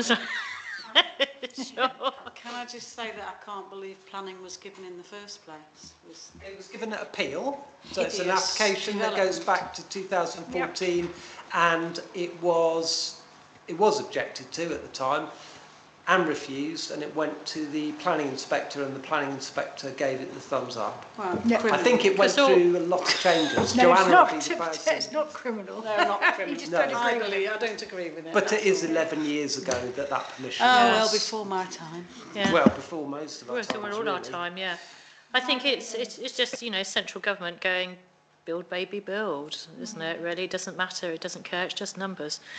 Yeah, we've done that one now, haven't we? And we all voted on that. Yep.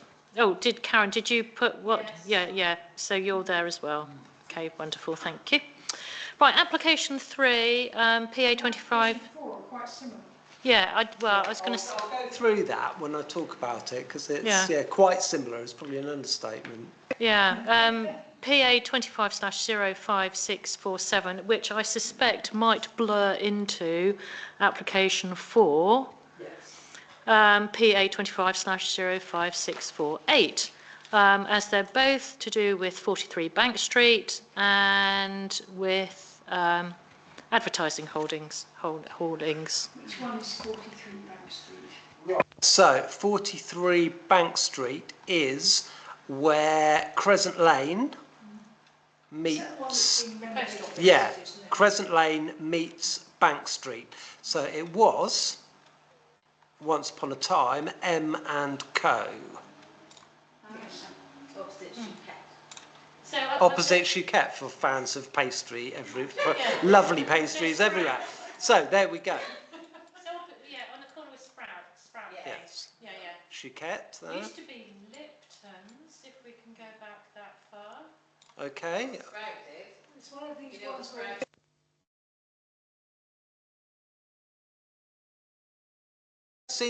We have seen some application for the stuff at the back. Yeah, I can't really remember, but this is so this is for the banking hub. yes, they're moving from the post office. Oh. So it's going to be a dedicated banking. So just for my own knowledge, They're moving does it that from the mean that there's going to be like potentially a different bank there? No, on the different way days of it the week? works is that I've actually, have you tried the one in the post office? They've got 2 grotty little rooms there, and basically each day is staffed by a different bank. They're quite limited in what they can do, but it's better than no banks at all, which is what we have. And I think Barclays, NatWest. So this is going to, rather than being in somebody else's building, it's going to be a Exactly, a dedicated building. purpose-built banking hub, and it'll be different banks on different days of the week, Yeah. sort of, which sounds like not a bad idea, to be honest. So there was, so it's got a very long description. There was some confusion around this and the accompanying application, which we'll look at kind of separately. It will require 2 decisions, but really we can look at them almost as one. It's the illuminated heritage projecting sign. What the hell is a I'll show you in a minute. They were both listed as being consents to display advertisements. I'm not entirely certain what happened. I suspect that the applicant had bundled everything together, so the advertising and the changes to the building all in one application. And I suspect that Cornwall Council, when they were verifying it, said this needs to be 2 applications, not 1. So basically, we've got 2 applications with almost identical sets of documents. There's a lot of duplication, but we are looking at 2 separate applications here. So the application tells us that the subject property comprises an end-of-terrace retail unit. The property provides retail accommodation at ground and basement levels throughout, with the first floor currently being converted to storage. The banking hub relates to the ground floor only. Okay, so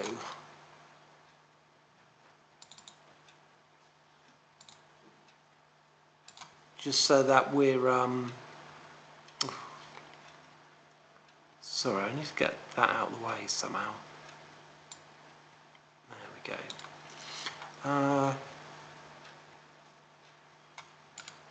I seem to have lost the ability to zoom in on this as well. Brilliant. Sorry, I was trying to zoom in on that and I'm not going to be able to show you. But if you squint, you can just see the red application site. What are we going to look at? We weren't going to look at that actually. We were going to look at these 2.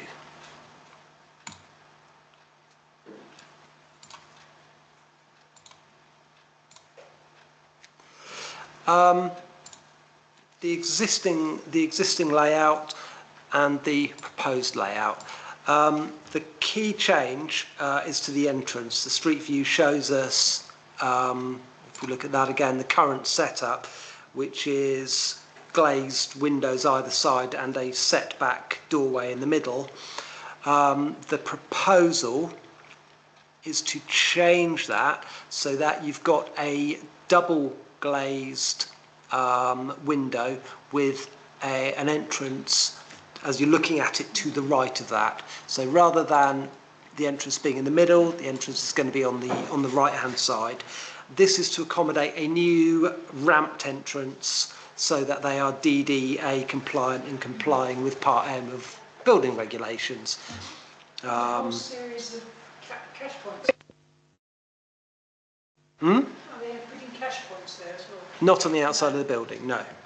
So it's not like nationwide The rules, next one, they're slightly oddly named these, but the next one is referred to as the demolition plan.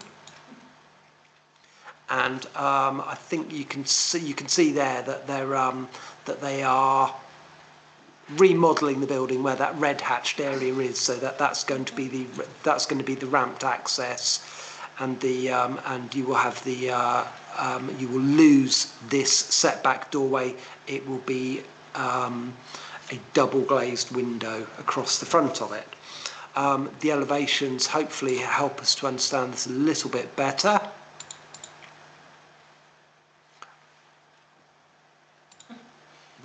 Oh, that's good, isn't it? They've provided us with a plan of picture of what it looks like at the moment. They've kind of boarded up, but I think that they were having some issues. And I think Ferrell set himself up in that setback area at one point. Yeah. Once he'd lost his van, so they've actually sort of kind of covered that setback area at the moment. And if we look at the existing and proposed elevations,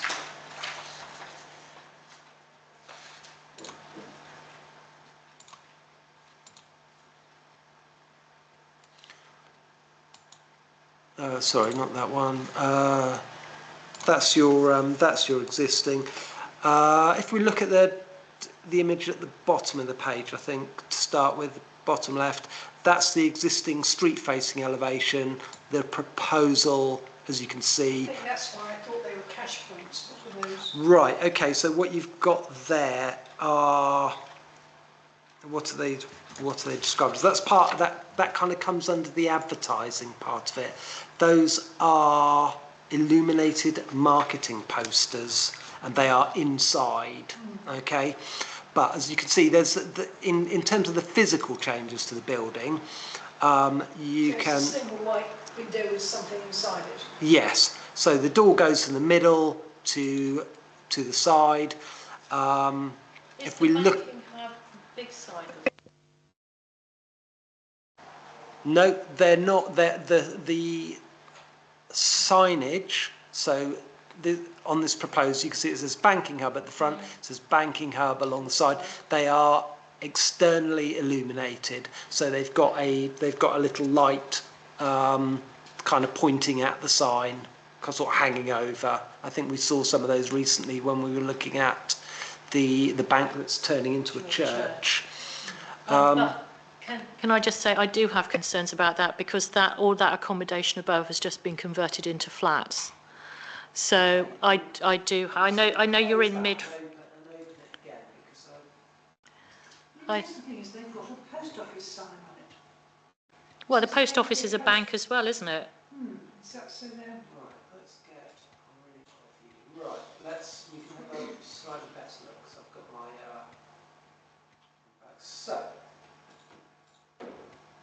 So as you can see, these lights will be shining down onto the signs. They're not going to be shining up. The flats that you're talking about are, I believe, on the Well, I they're remember above if them. they're above, Yeah, but they're they're certainly behind. So the light's going to be facing away from them and at the signage. So an illuminated sign might have been an issue, but I don't think one with a light pointing down at the sign is going to be the same sort of problem. I don't know, you might disagree, but as I say, you can see here, you can see the type of lighting that you've got, and it's just going to be pointing down at the signage. Really, I wanted to sort of kind of keep to the physical changes to the building first, and then we'll look at the advertising bits in a second. So let me get rid of that. In terms of the west elevation, that's the one that's going down Crescent Lane. There's very little change to the building apart from it's being tidied up a little. The addition of a couple of extract louvers and a Mitsubishi condenser, and I think the presence of that is why Public Protection were consulted, and they've said that they've got no issues with that. The noise officer has no issues with that. Does it say much is extending into the lane for vans coming up the lane? There's no change to the footprint. No, for the condenser sticking out into the lane, it's got to be, hasn't it? Have Right. I mean, it's not. It's there really isn't much vehicular traffic, and it is quite high up. But let's have a look and see if they don't give it sort of sticking out the side, do they? No, I mean, I would have thought it's no. I don't. There are some technical documents. Where are we? Air conditioning product information. If you are Oh, it's quite slimline, isn't it? yeah, they look like they're quite. They don't look like they're sticking out a lot. I mean, they're not beautiful, but they're air conditioning No. units. And if they have expressed a concern about the noise, personally, I wouldn't like that outside my living room window, but still, if they haven't got an issue, then there isn't an issue. Yeah, I mean, they're saying that they're not concerned about it in terms of noise, and they will obviously have been looking at the residential. Nearby residential dwellings, so Yep, presumably okay. it's quiet enough Yeah. for them. So those are the physical changes to the building anyway. So you've got a couple. So really, I mean, you've got this condenser on one side, and you've got a remodelled DDA compliant frontage. So that's going to require one vote from you, or one proposal from you. Yeah. Well, I'm quite happy to.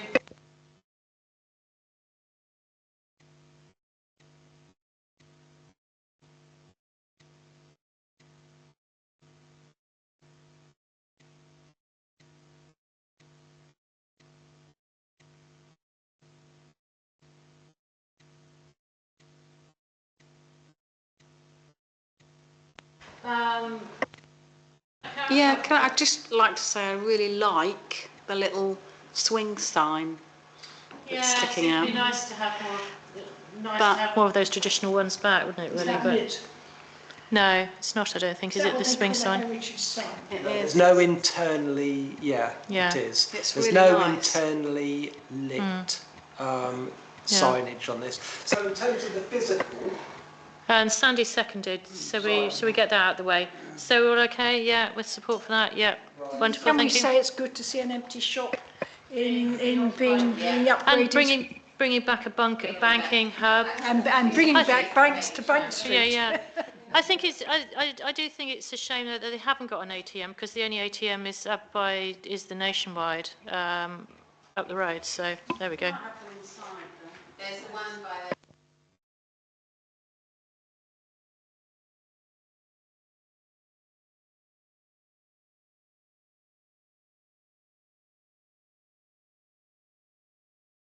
Duncan, so you're advertising.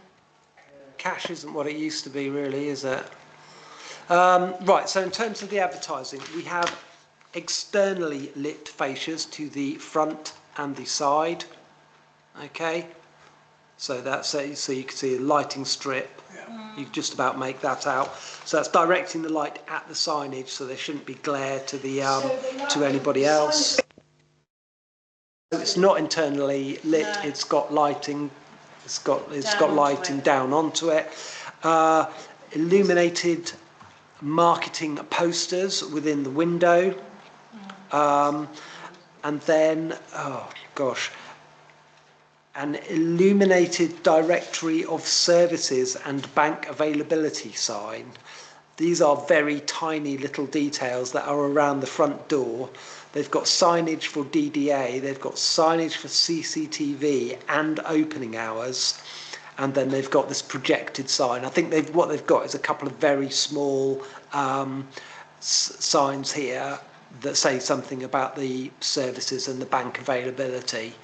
And then they've got this, and yeah, I think so, effectively. And then you've got this hanging sign, which Karen quite liked, and that's the advertising side of it. It was quite strange how it was all bundled together in one application. So Cornwall Council and then me have had to sort of unpick it all, but that's what you've got anyway. So again, I've got no problems with this. I'm happy to support this. Yeah, Sandy second. All in favour? Brilliant. Thank you. Marvellous. There we go. Wasn't that simpler than Tregurian? Ooh. No more sneaky deaky ones have appeared on that I'm missing out. Right, no. So item 11, terms of reference, risk assessment update. Duncan, we have... Yeah, so hopefully you've all had a chance to look at, although don't worry if you haven't, but hopefully you've had a chance to look at what is, I guess, the start of a piece of work that would describe a process in which we didn't look at all the applications in this meeting, that we tried to focus on the bigger, more important ones in this meeting, and that some of the smaller ones, a decision could be made outside the meeting and then ratified at this meeting.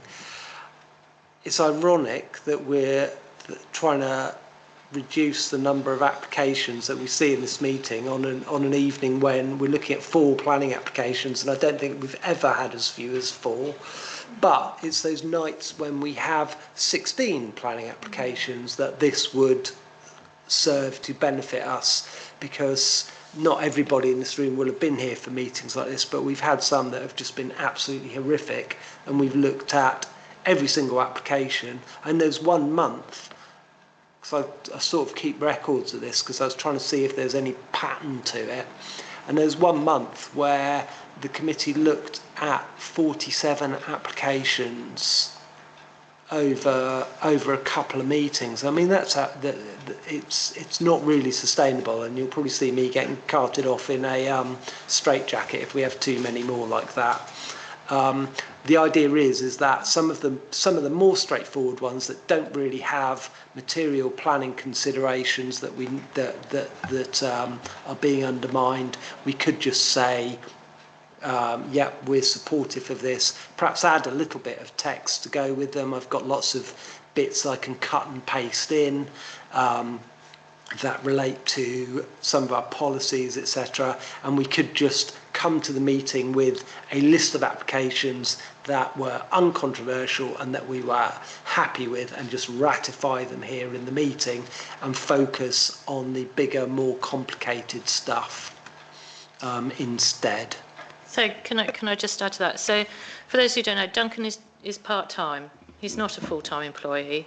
He's a part-time employee. He's part-time, and an awful lot of effort goes into the presenting of these, and I help out as much as I can, and that's really how I've learnt about how planning works, is really actually presenting them and clicking on the different items and deciding which ones that are worth presenting and sharing, because you get an awful lot of stuff which is put through in planning applications which we don't need to look at really everything, and you sort of start to hone in on it. And then when we have the big applications like the Hotel Bristol, which were over 100 files, weren't there, I think? Sometimes we get them when they've got 40 files in. It's just ludicrous. We're all volunteers and things to look at this. So, if I can encourage you, maybe to, to have a go. So what Duncan, we're thinking of doing is that we'll put out the list of planning applications the week before, and there'll be basically sort of 2 tables. And if you can flick through them and see if you have an issue and move it over to the other side of the table, and we'll then present it as proper. If there isn't, so one of the common ones we get is like people with tree preservation orders, for instance, and we haven't got a tree officer report, then we say, like, yes, we haven't got a problem with this, but we need confirmation from the tree officer, to do that. It doesn't take very long. So it's sort of like, seeing if anyone's got an issue, and it's sort of like seeing how it goes. And obviously they're still there. So if somebody turns up in the gallery and says, actually, we do this, then we can still talk about it, or if, an issue's been raised or not. It was just sort of like the simple, the really simple ones, which actually don't often come up. But yeah, Francis. Very open for ideas on how we can try to make these meetings as effective as possible, because some can be exceptionally long. Yeah. Duncan, I was just wondering whether there was a network of people like you who do your job where you could ask others, reach out to ask for help, because Yeah. It's a piece of work that I've already done. I did that whilst during the hiatus. So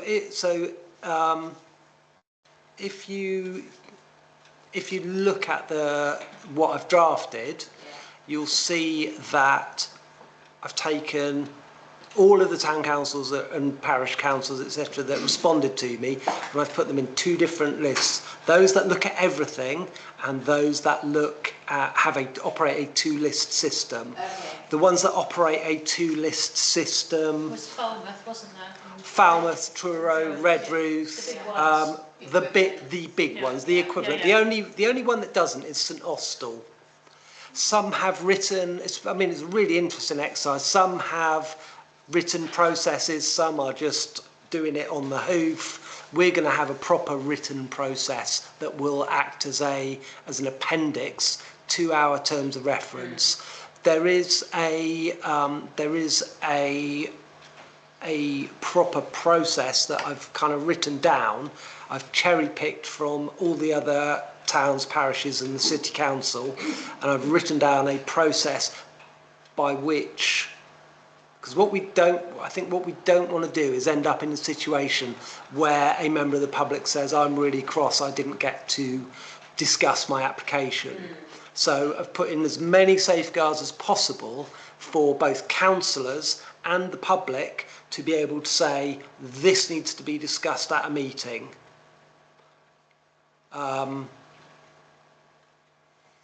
I think that we can have a really quite a tight process that will allow us to get rid of a lot of the.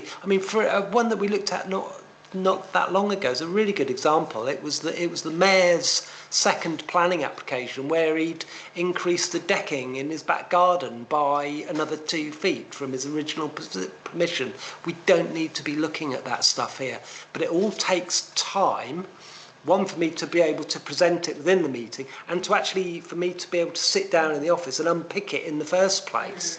Because you see these applications, lists of PDFs, some are so straightforward, but you don't know that until you've looked at most of the documents. So in that example, wouldn't you have to go through it to know whether you need to have it presented at this meeting or not?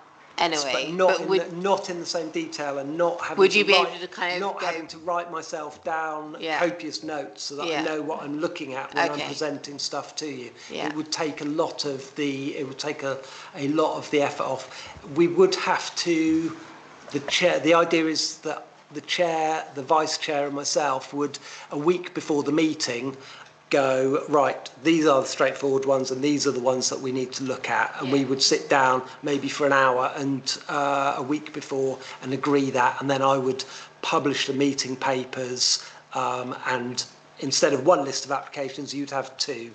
And the first list of applications would really be the ones that we don't need to trouble ourselves with. We'd still return a response to Cornwall Council, but it would just be one or two very short sentences, just saying we're happy with it. Sounds or good. Do no we need an objection extension to this one? subject to- Sorry. do we need an extension? I have to say I'm not convinced by this. I mean, what my experience in practice, it doesn't matter how many applications we've got very few, we tend to rabbit on to fill in, because people like to have a talk. I don't think anything that is going to be turned down can be put on we won't discuss it list. That is absolute no-no. If you're going to support it, yes, we might get away with it, but anything we're going to say, this is so dreadful, we're going to turn it down, you have to discuss it in the meeting. You absolutely have to. No. The second one is, I mean, the interesting one about the mayor.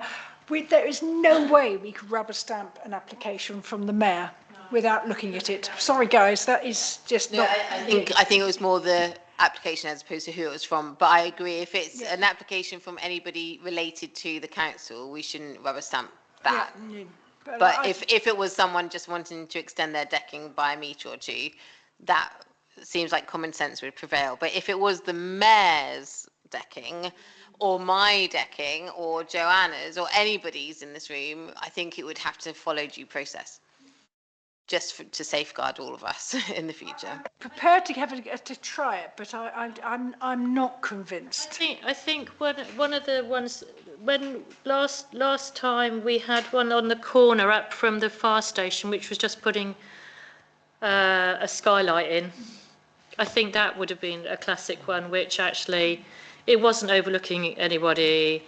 You know, there was plenty of precedents elsewhere that would be an example of maybe something that could have been pushed onto the other side. I think you have to be careful that if anybody's made a comment, then we have to hear it. If anything, if you're going to turn it, there is no such thing as rubber.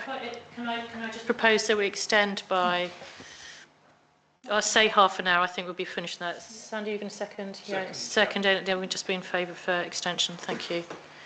I think anything we're going to turn down, we have to give a full hearing to. I wouldn't do that. Would be appalling. Yeah, you're right. I mean, some of these garage extensions, I mean, we tend to always pass them, but it's if there's any objection at all from anybody, or however irrelevant, then you have to hear it, because this is a system where we will pass. If it's not raising planning issues, would you still, if it's not raising a planning issue, would you still, if somebody's saying this contravenes the title deeds of somebody's house? Yes, I still would. So it's not a planning issue. It may not be a planning issue. issue. That here. We still have to hear it here because they expect their objection to be discussed. So yes, I would. I agree with what you say. So the idea is that a councillor or a member of the public would be able to contact the office and say, I want this to be discussed. No, well, like that, certainly. Yeah, but so I'm that's talking the about point. And if people who nobody did do that, people then put they an would- objection onto if people put an objection into the Cornwall Council portal, then I think we have to discuss them. Yeah. That's fine. You can go on to.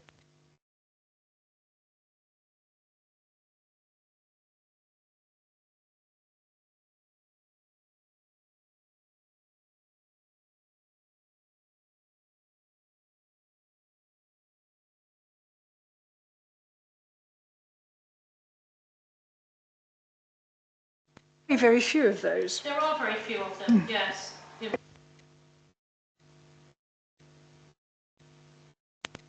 Yeah, sorry, in principle, I don't agree. Yeah, I mean, I would point out, as I said, that almost all of the other big towns in Cornwall are operating a system like this, and I think, I mean, it's entirely up to you, but and we aren't looking to have a vote on it today, but I think that we need to trial it. Because this isn't sustainable at the moment. It's not sustainable in terms of my role, and we are the only committee in the town council that repeatedly goes into the third hour, and we meet twice as often, at least twice as often as any other. The workload isn't sustainable. I mean, what's the process for getting this new approach adopted? I think we need to try. It'll be, yeah, can we trial something, Duncan? Yeah, 100%. In terms of... I think that that we'll look to make a decision. I'll have a little bit more information. Please have a look at what's been provided already, but I'll have, because there's a lot of detail there and it's not going to change massively, but I think at the next meeting we could look at saying yes to a trial of this. In an ideal world, I would like to, it would be nice to trial it through till the end of the civic year.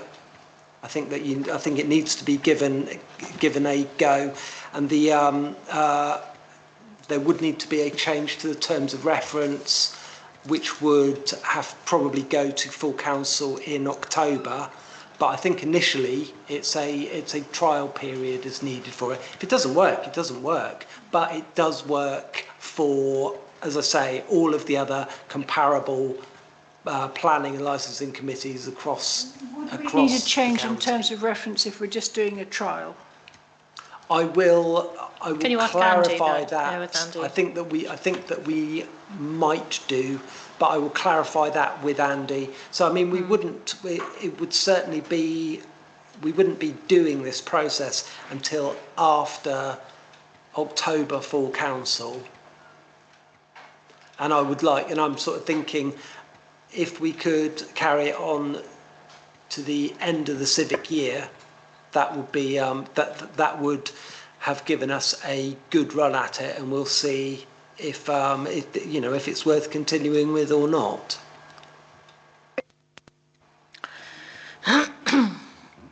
So anyway, we're not making a decision tonight, but it's just opening the conversation. So next Wednesday, I'm coming in for the licensing for Sahara City at 10. So you'd have an idea of the applications that are in for then, won't you, for the week after? Yeah.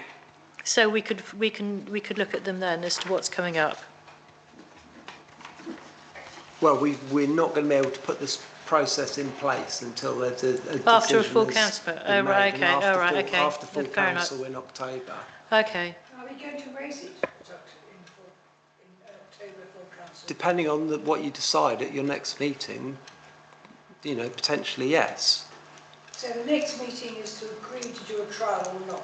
Yes, and I'll have a little bit more information for you as well. Andy wanted a SWOT analysis, strengths, weaknesses, opportunities. I can't remember what the T stands for the life of me. Threats. Okay, threats. So I need to pop something like that together as well in time for the next meeting. So you've got the. You've included these things on the minutes. Could you send them out to people again rather than people having to look for the minutes of the meeting to have a look? I think I have emailed them once, but I can email them again. Okay, if everyone's all right with that. Okay, they don't need them emailing again. Do you need a hard copy, Sandy, to look at? I've got You've got one. You've got one. Oh, one perfect. Go, you guys, all sorted. So we've got nothing to vote. Do we have anything to vote up on that? No. It's just Okay. it's just kind of starting that. So if you conversation. can have a look at it properly, then for the next meeting, then and then we can decide on that. Yeah, that'd be great.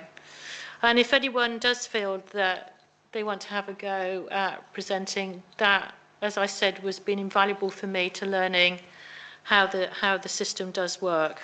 Yeah. One thing I would add as well in terms of workload, the last civic year, have both Joanna and Sarah presenting a reasonable amount of the applications with me, and without them, I wouldn't have been able to have. We wouldn't have been able to have functioned really as a meeting. Joanna is now a Cornwall councillor and so has other responsibilities taken up her time. Sarah is the chair, but is also the deputy mayor.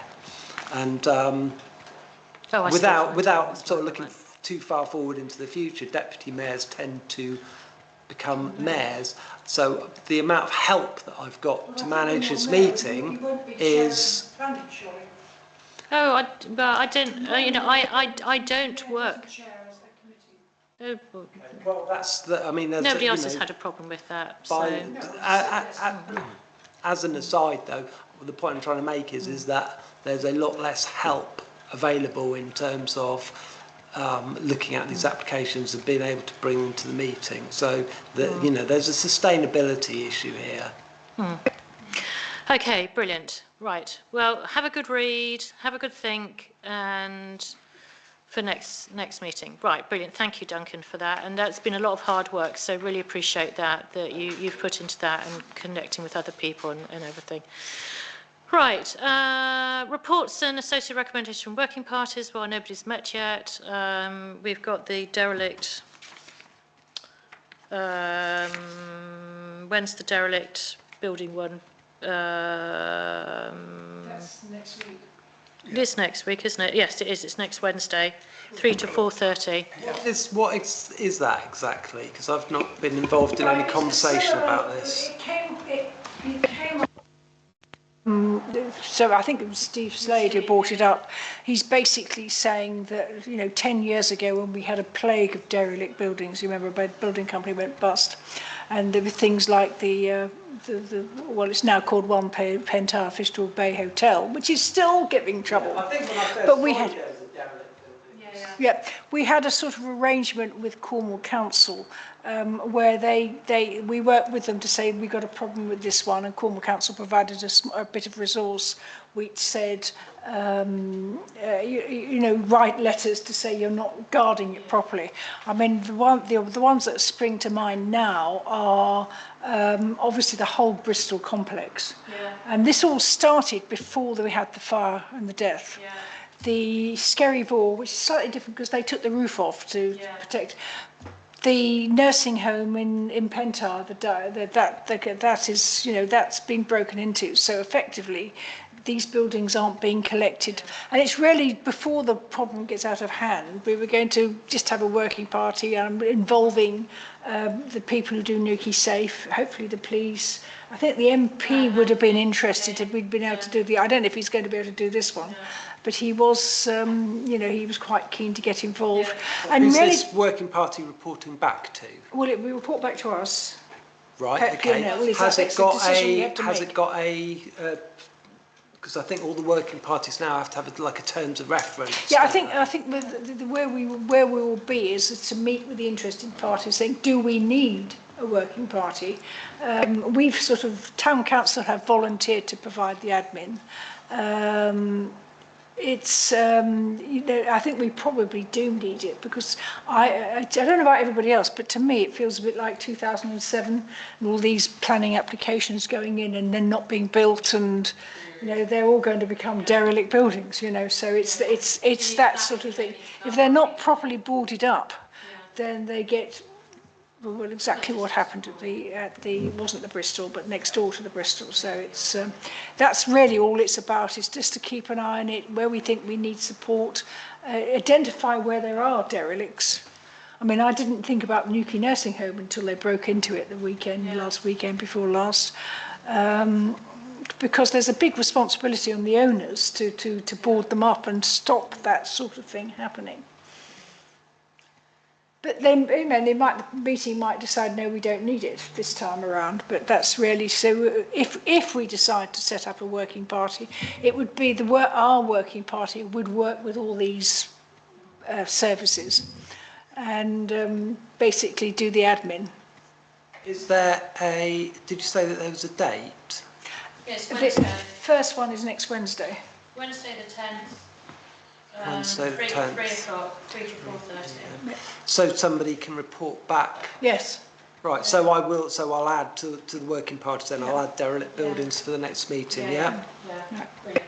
The other working party one is the parking working party, because I think we need to have a meeting, because the cabinet member has made moves to say that he's. What do we think about the one size fits all? Not a lot, and he's prepared to almost go back to where you look at each car park and say, you know, what are its, you know, what does it have to be considered? I don't think it's quite as bad in Newquay, but I think we've got 4 or 5 places where the one size fit all. I mean, for instance, the harbour was, you know, that was ridiculous. The sort of what they did for the coastal ones, Dane Road, and they put the cost down. At one glorious moment, they were putting the cost down in the summer and suggesting that they charge it in the winter. And as a result, they've lost tens of thousands of pounds. They've lost a huge amount of money on Tregonwell. So each one is, so really just to go through and say what sort of, you know, does it need to be free after 4 o'clock? I personally think that all car parks in Newquay have to be free after 4 o'clock.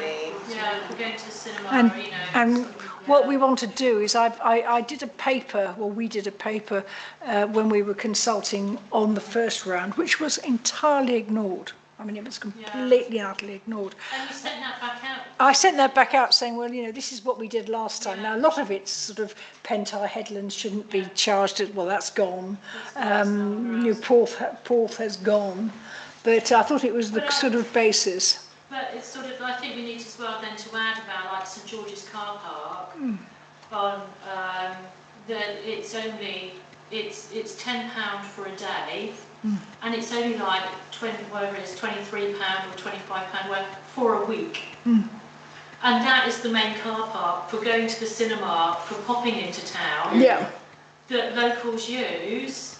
Well, and exactly. It's going to potentially fill up with Airbnb people that are going, yeah, it's only going to cost 20 odd quid for a week. Yeah, I think it is. I think so. And I think so. I think things like that need adding, and as well their thoughts on the. Yeah. No, we're not going to have it now. When are you going to meet? Just out of interest. So we need to set a meeting. I don't know yet. I think I was going to ask Molly if she could do one of her magic doodles, because there's not it's mainly people from this committee, but there are 1 or 2 people who are outside the committee. So we have a list somewhere. We sort of have to see when it was suited. I mean, we need to an update as well as what's happening to the coach park down on Tolkien Road. yeah. Well, Because they're going to make that into a car park. I think, yes, it's great. Which is a good way forward, because you know it's got coach parking for 20 odd coaches when there's like 3. yeah, they've now only got 6, but it's quite interesting. There's lots of stuff like that going on. And so I think we just need to sit down and go through every car park and say what are the characteristics, which is what he's asked for. But I would hope to do it quite soon, because I can't remember when Councillor Rogerson wanted to have the report back. So are you happy to organise that? I'm going to ask Molly to help me to do a doodle poll. Can note, Duncan, that Joanna's going to organise then a car parking. Do we have a list Go on. Yeah, I can send that out to you again. No problem. Yeah, that'd be great. Thank you. Okay, financial statement. Have we been breaking the bank, Duncan, on the sly? No purchases made, no payments to authorise. Awesome. Correspondence. Interestingly, for the appeal has been dismissed. Do you want to comment on that, Duncan? To comment on that, because it was well worth reading.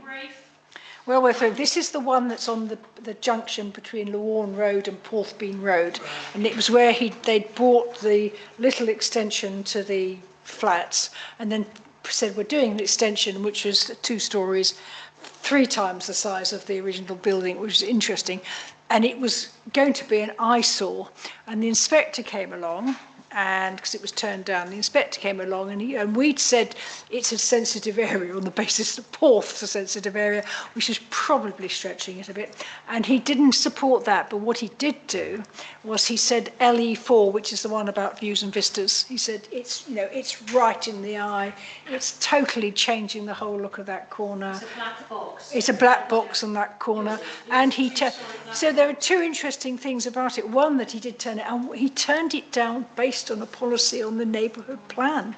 Now we're being told by officers when they disagree with this, the neighbourhood plan is not valid anymore, and we've now had 3 or 4 now where the officers, the planning inspectorate, are still looking at our policies and using them. And I think we need to make that clear. Yeah.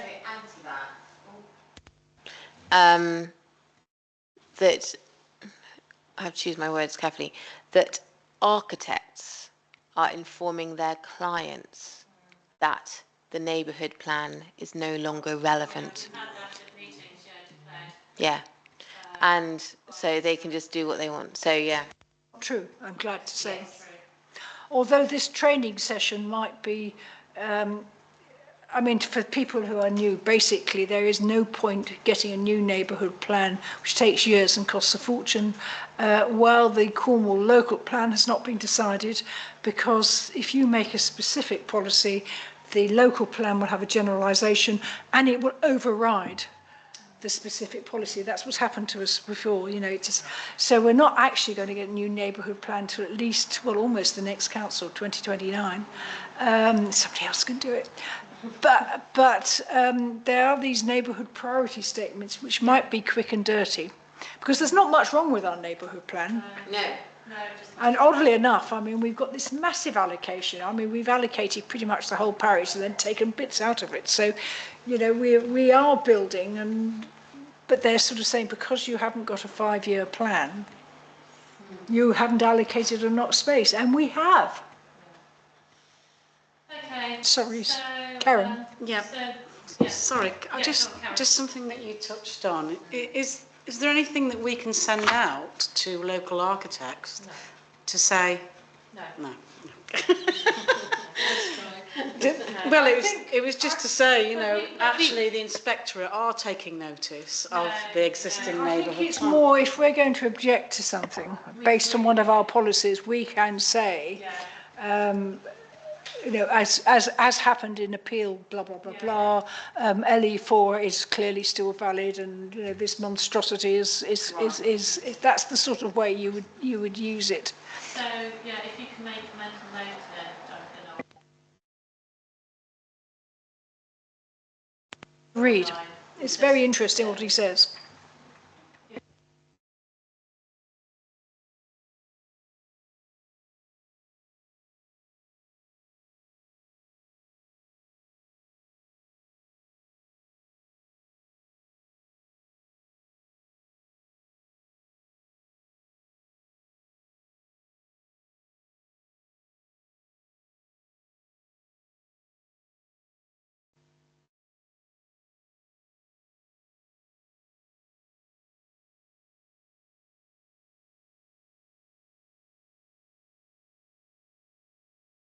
You've had a correspondence with someone about the Sutherland Hotel. Do you want to say any more about that?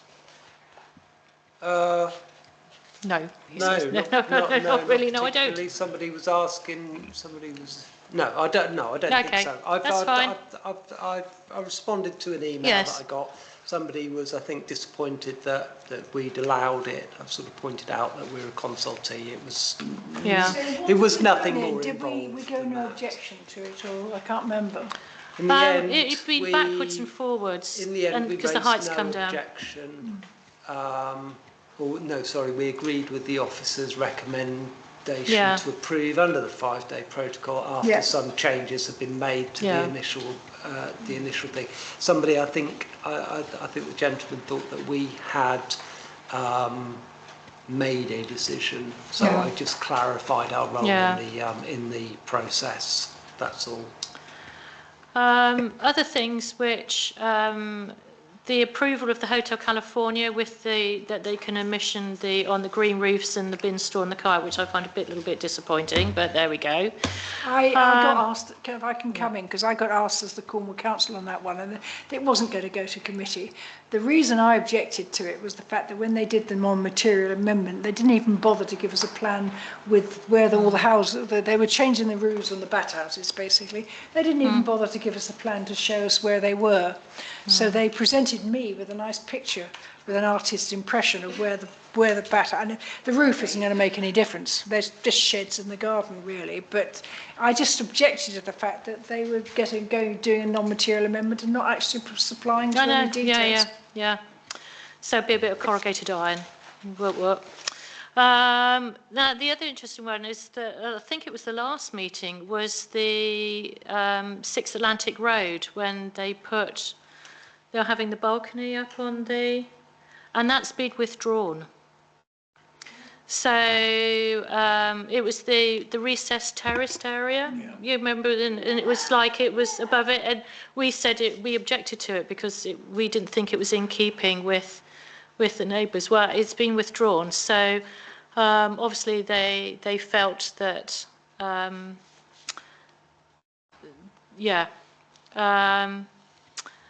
and the non-material amendment for the former Edgecombe Hotel, Narrowcliffe, which the stone to the brick, which we didn't have an issue with, that's been withdrawn as well, which is a bit surprising. It means the officer's going to turn it down and they don't want a refusal on the record.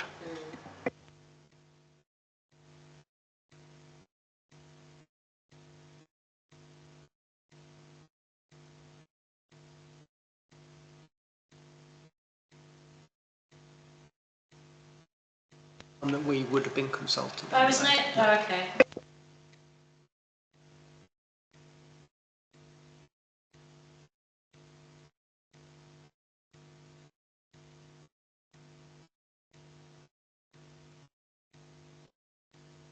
It's gone out. So it looks as if former Paradise Hotel, Whipsey it looks as if they're going to have a public hearing in Newquay. We've not seen a public hearing for a while. We've been contacted about a venue. This is how come I know about it, and Joanna has also heard about this. Don't know when it's going to be. It won't be too far off in the distance, and it will be that'll be exciting. A public. I think it will be, because I think there'll be a huge turnout. Yeah. Well, I'll let it go. Squeeze into the. I don't know about everybody else, but I will certainly be there. If I'm there. That's the Whipsey Cliff one, where they wanted to. They want to build, and the appeal was that they said they had stabilised the cliffs, and you're looking at it and thinking, this is ludicrous. But the officer was faced with, the planning inspector was faced with one report from a Cornwall Council expert saying he doesn't know what he's talking about, and the one from the applicant saying, of course I know what I'm talking about, and they've done it, they've managed to stabilise the cliffs, and you're looking at this is a nightmare. I think it's very interesting with the one that happened at is it Trinance, with where it showed that building work on the top of the cliff can really influence a cliff that I thought was stable. Tolkien. Tolkien, yeah. Yeah, no, I thought that cliff was cliff. stable, and obviously There seems not. to be some like tectonic shift in the gardens. Okay, yeah. So. Sorry, do we have a date for a date on that? No, because they haven't got a venue. We might get a date for it. Yeah. I think it's going to be a couple of months. I think it's going to. Yeah, no idea. Yeah. Where would it be held? Well, they're looking for a venue. They asked us whether hold it here, and this is the obvious room, and I don't think it's big enough. And that's what we went back to them and said. So we've suggested elsewhere, but we'll just wait and see. We'll be notified about it in good time. No, exactly. Okay. I just think once we do have it, we need to make sure that we are very clear to the general public when it's happening and what it's going to entail, so that people do have the opportunity to make sure that they can attend. So it shouldn't happen at 10 o'clock on a Monday morning, for example. a choice there.